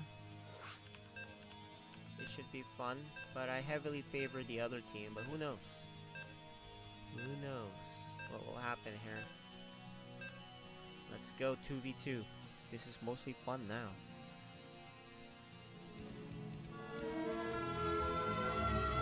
You are watching FSL.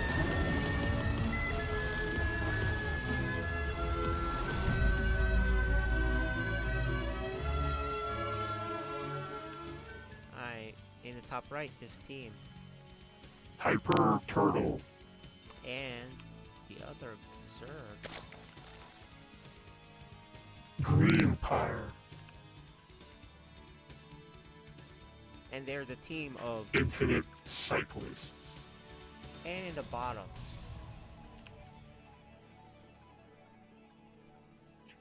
Little Reaper. Yeah, he's the Protoss and the Zerg player. You saw him play earlier. Dark Menace. And they are. Pulled the Boys. Okay, let's see how this goes, guys. It's 2v2. 2v2 is fast. It's fun to watch. We got ZZ versus PZ. So 33 Zergs in this match. And just one Protoss. And we do see Greepire like to talk. That's what he does. He kind of reminds me of Veils and little and instability.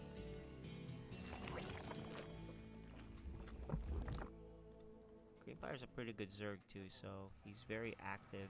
He's a good teammate on 2v2s.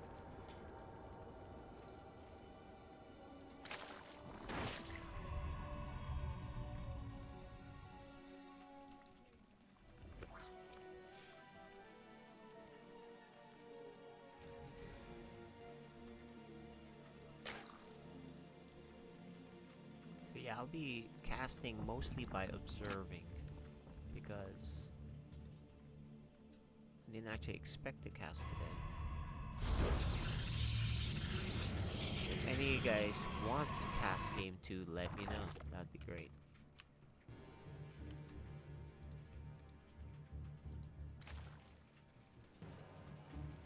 Yeah, I'm actually surprised Little Reaper expanded the front rather than the back, where the two Zerg hatcheries can just kind of expand the creep. But Dark Menace took the back base, so that's unusual. Meanwhile, Little Reaper's probe is right there. Not in vision, so that's actually great.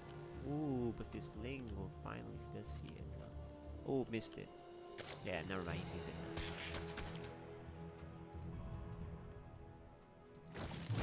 now. Man.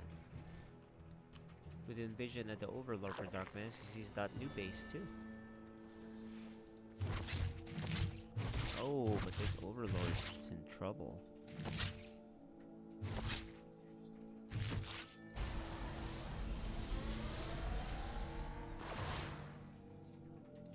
Yeah, this Overlord's about to go down. And the Bane Lesser for Dark Menace.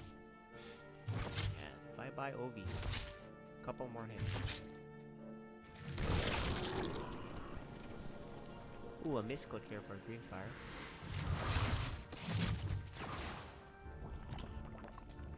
Okay, nice pressure here.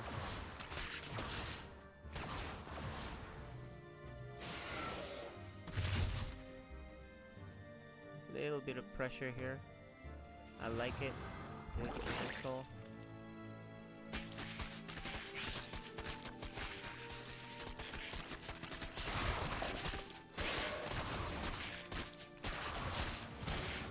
They're really forcing out a lot of links. It's funny because his adept keeps trying to hit the queen instead of killing the lings. You know, that's he could have done more damage there. And you lose. That's not really good adept play there. There's lots of action here.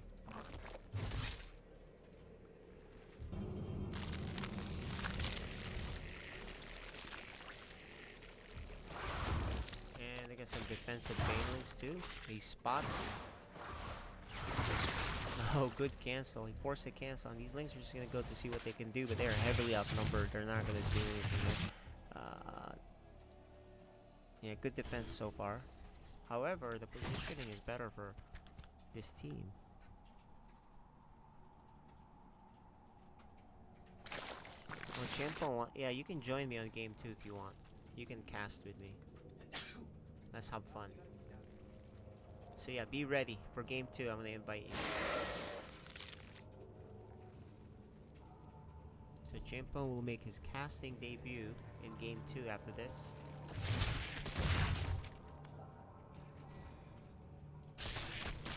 An expansion here, Dark Mist, that's good.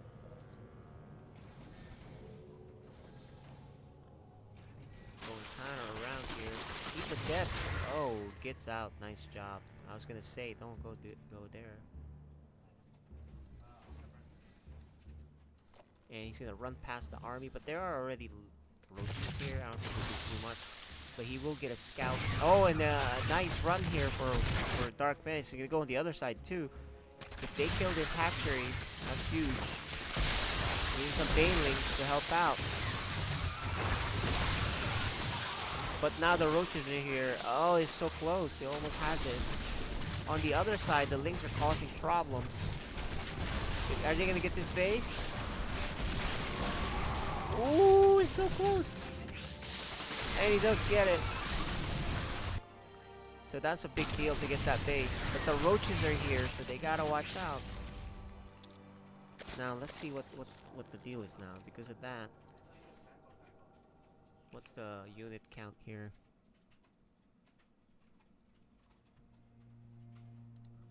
Yeah, it's a pretty good match so far, guys.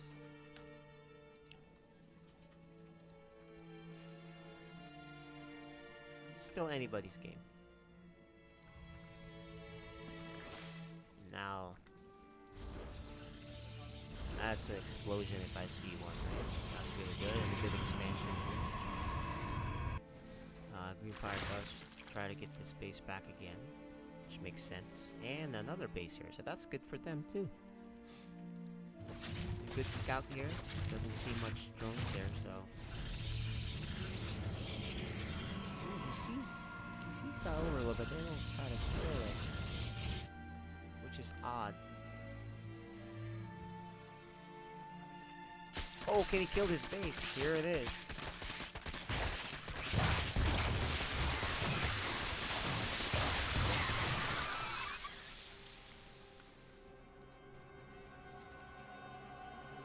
Yeah, it doesn't kill it, but it does damage it heavily. So one more run by there can do it. Yeah, this is done all within vision. Okay, finally decides to get rid of that overlord. This whole time, that's funny. Is can see everything. Ooh, is it gonna get away? No, it doesn't.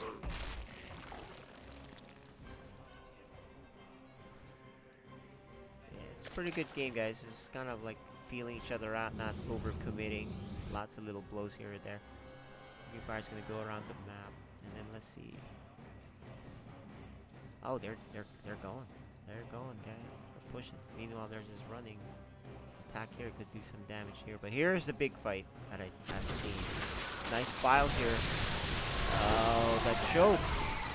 Beautiful storm, though. Oh, these storms are beautiful. Does he have enough? Oh, that prism is almost dead, but he does reinforce. I can't tell. Can you guys tell? I can't tell. So close. It's all about reinforcement. And he does have the reinforcement advantage. Okay, alright. It looks like they do take a nice engagement there. They're powering through. You know, that prism could have died and that would have stopped this completely, but they didn't kill it. So it's all up to this big fight here. Can they hold on here? They're getting punished in here. These lings are killing workers there, but that doesn't matter too much. This is what's important. There are hydras on the field, and there's charge lots. And the reinforcements are there, and they do pull off game 1.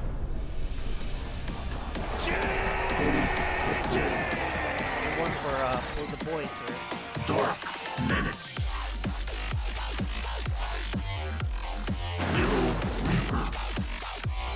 Alright, let's add Chan Pone to this. We're gonna co-cast with me.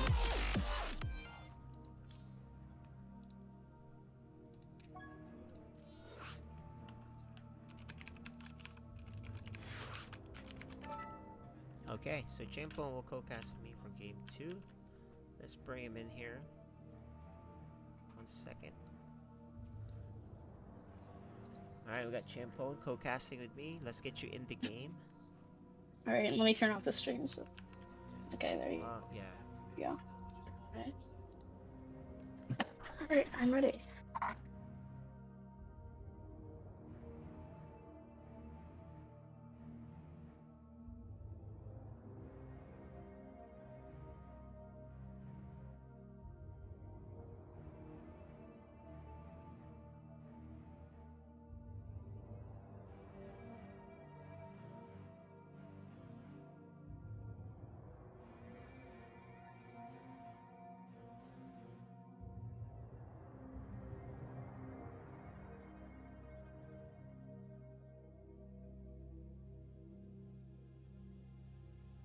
Camera.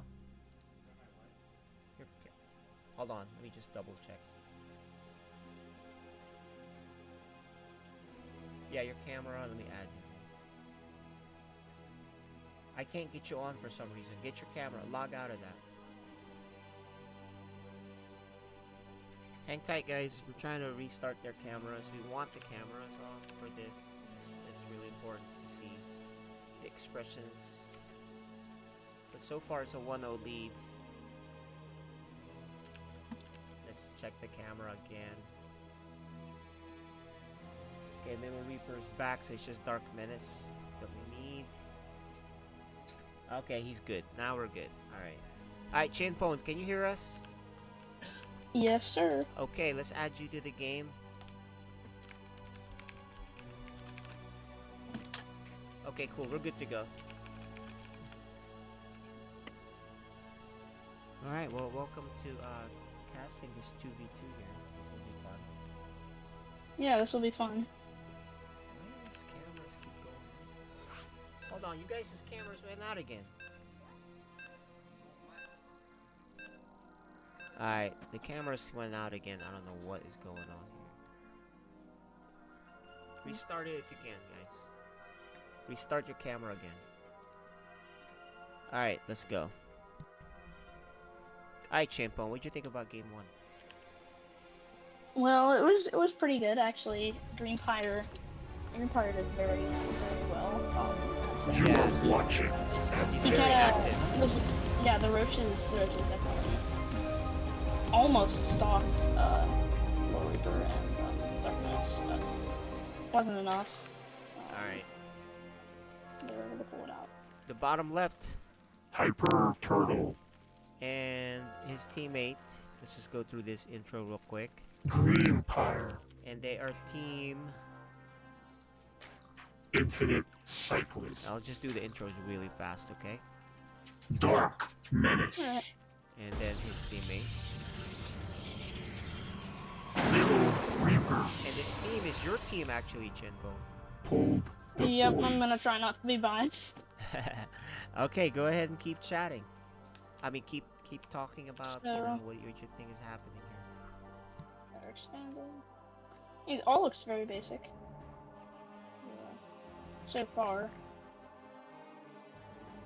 An early probe from Little Reaper. Although, not too early, Yeah, it looks like I the would say. the pull the boys cameras can't get back on, but that's fine. Let's just keep going with what we got here. Yeah. Yeah. Yeah, so- from playing against Little Reaper, I think he does scout very early. A lot of Yeah. the time. Yeah, so it's hard to kind of pull a Mhm. cheese when your opponent scouts the way he does, right? So an AF score.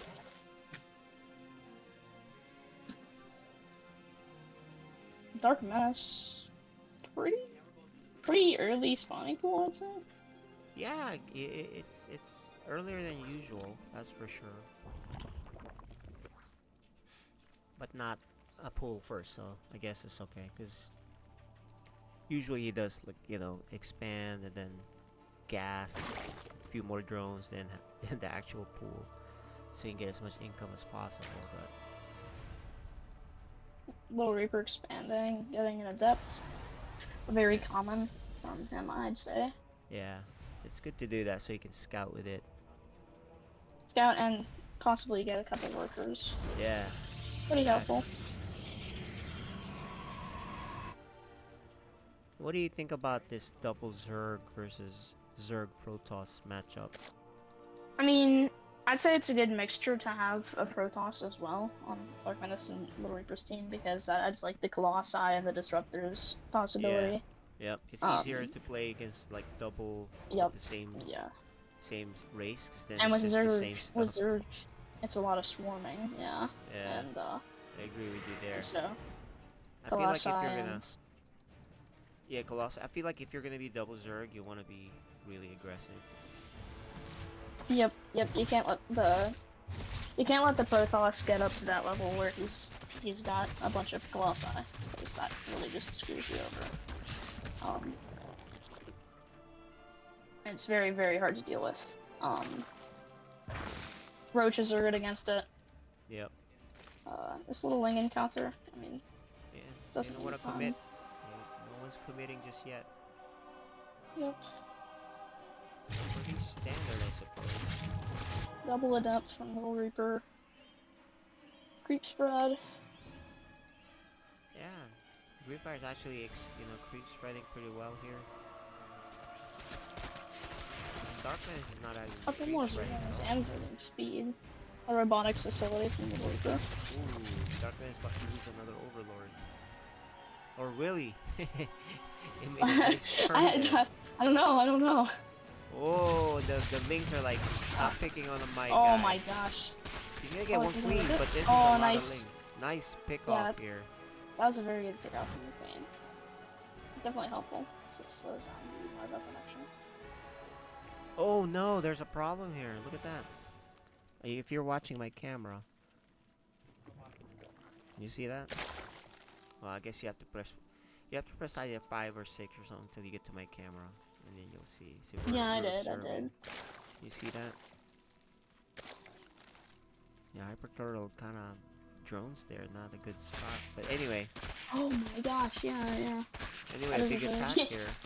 Darkman is trying to kill this base. I think he'll succeed. Although this Baneling's Oh, might the Banelings. No, the Banelings. Oh, are no, kinda he's like, going oh, around. actually, that's a good trade with the Banelings. However, he's gonna lose that base. Oh my gosh. Good transfuse That though. was a good trade overall. Yeah, because he I'd say killed it was a little the two Banelings. in the killed, I think, favor. more. Yeah. I was about to say a little in the favor of the Infinite Cyclists. Possibly. Yeah, but they did kill the hatchery, like you said, right? So Yeah, that's the which thing.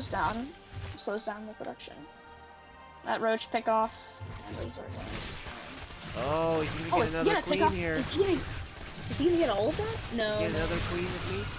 Oh man, he does Another get it, and he queen. gets out, and there's a big Oh man. attack here. Oh boy. These are charge lots. Uh-oh. Oh. But he gets surrounded. Oh, those bangs. Oh my nice. god.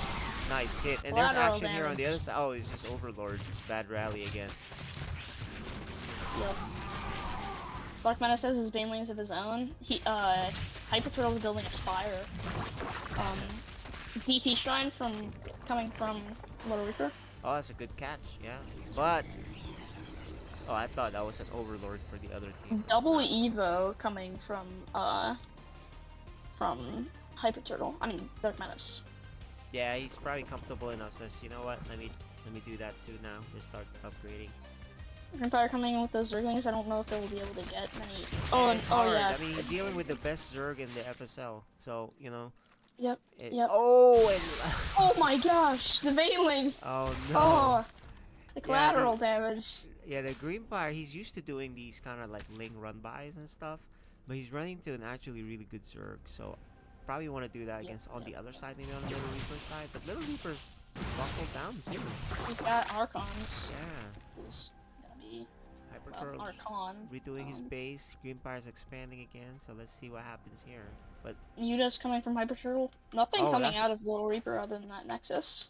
oh, okay, that's a good call, I think, but he has to micro that really well and do damage. Not gonna Turtle has cancel got this. lots of roaches. I think Little Reaper and Dark Menace are in trouble because they are not prepared for the Mutas. Oh yeah? Well, it's all about Hypercurl's control then. Let's see what happens. Yep. Can he do enough? Which where are his Mutas though? Yeah, Are they not- still making? it's Oh, still- they're right yeah, there. It's still Okay. about to pop up. He's kind of like queuing him in there. Yeah. But they have to do I mean- when you go that tech though, you have to do damage. Yeah, Greenfire and Hyper Turtle have a very big army. Could Yeah. possibly do a lot of damage with that army. Yep. So it's kind of gotten a little bit into a good closer spot. But Hypercurl, what's he doing with those? He's just kind of keeping them there. You want to use. He's got them those. all spread out. The Mutas. Yeah. Yeah, before they get Hydras and stuff. I know you gotta use them. He's not using them. Hyper Turtle getting. Oh. Oh. Oh, he's gonna save this. He's safe. This game too is a little bit more Storm? action, huh? Storm from Little Reaper. Oh, that's a good call. I like that. A Lurker Den from Greenfire. Oh, that's a good call too. They'll definitely get this going longer, but I'm waiting for a big fight. But he seems to. Greenfire's getting a lot of upgrades. There's just one lone mute right here. It's funny. Okay, I'm seeing movement. Yep, from Little Reaper. Oh, he's got DTs mixed in his army. Well, a DT. Or two. I can't really count. Yeah, Wait, but is Greenfire it- has is an it like observer. Oh my gosh. Dark Menace and Little Reaper have big armies. Yeah, Dark Menace is maxed Wild. out almost, so.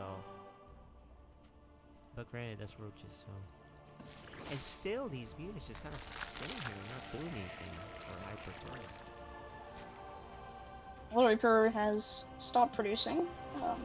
Yeah, that's surprising. He's stuck at that low count, but here it is. We've been waiting for this flash, and here it is. It's all. This is about the game. Guys. This is the game. This is the game. Oh, that's around though. The game. Oh, they're unorganized. Little Reaper's got a couple stalkers, but if Hyper takes care of them. Ooh, the mutas do eliminate a lot of that, but they have enough. He's got Side Storm. Well, if he kills that Archon, Mutas- the mutas are gonna be rocking here. Oh my gosh, the Mutas, they're going insane. But this ground army is still so strong, though. Yeah, I don't even think he'll be able to build them fast enough. Because Dark Menace has so many roaches. Mutas are great, though. He's gonna stop the warpings, but I think they're just gonna give up. They just kind of got ran over. GG. What do you think was the key there? I mean, the banelings, and generally just the gigantic amount of roaches, and the Side Storms. The Side Storms do a lot of damage. Yeah, but they're still. I think I think Ripper is he still playing? They hype turtles. I think this is done, right? Yeah, they left. Oh yeah, they left. Okay, sorry, that was me. All right, let's bring him back in. We got Little Reaper here. His camera's up. Add Chinpone. If you want to be on the camera too, we can. So you can do some interviews. You can ask questions. What happened there, if you want. Alright. Dark Menace's camera looks like it went out. But that's gonna do it for the matches. Let's talk to Hyper Turtle when he hops Hold on, back let me on. get my camera on. Yeah, let's get your camera on.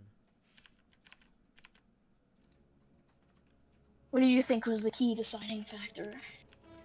I feel like he didn't use the mutas. He had them for a very long time. And he invested a lot in that, and they just kind of sat back until the last fight. So if he kind Now that I of think of it, yeah.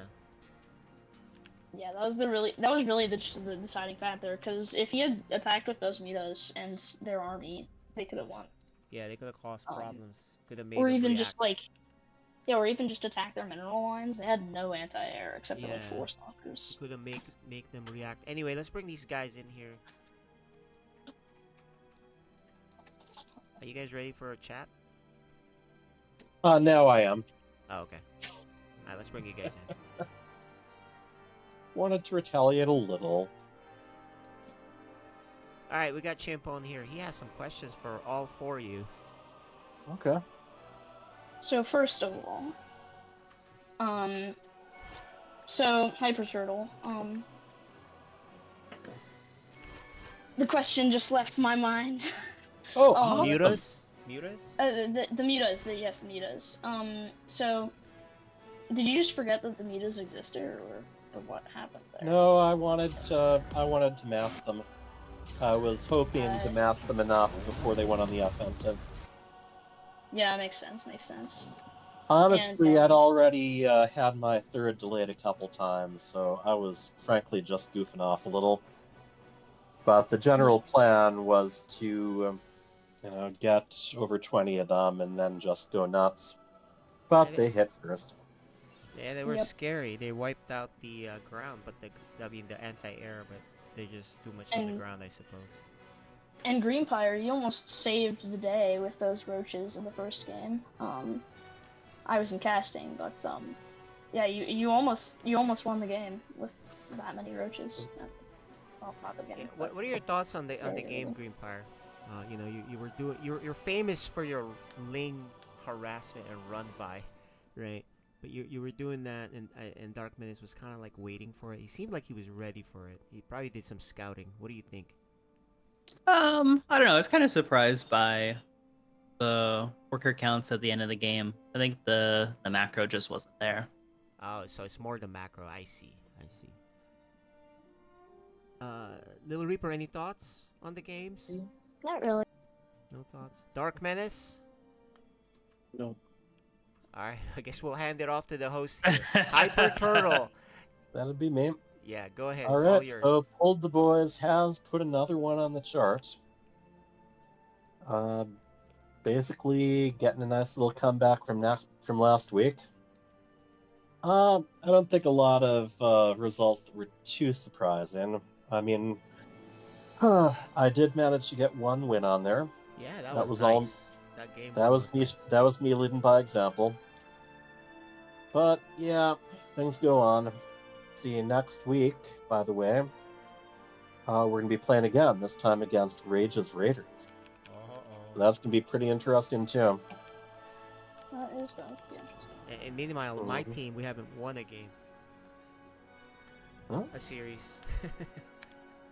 Well, we shall see how that goes. I actually have to go check up on my daughter, so Yeah, I'm gonna kind of pass the hosting along again. All right. But I will be here next week, no doubt about that. Yeah, that's the last happy match, belated so. Halloween, everyone. That's right. That's the last match, guys. So we'll see you guys. All right. Thanks for playing Greenfire, Little Reaper, Dark Menace. Thanks for casting Chimpo and Hyper Turtle. Have a good evening. GG. Laters. Yep.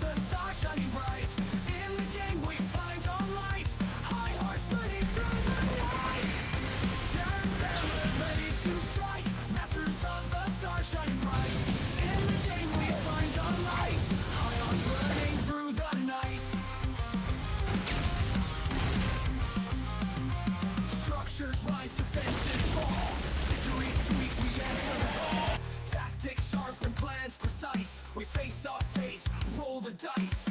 Intense drumming, the heartbeat sink. Pop punk screaming on the brink. Tension builds with each move. Proving battles we improve. Charge the fields ready to fight. Masters of the star shining bright. So the thing with Overcharge, to my Protoss brothers and sisters out there, we were just talking about KJ too. We were just mentioning KJ on the stream. What's up, KJ? KJ raiding with a party of 9. That is the Grand Poobah of Psystorm Gaming himself. Casting some Mindo VK right now. Got the series tied up 1-1.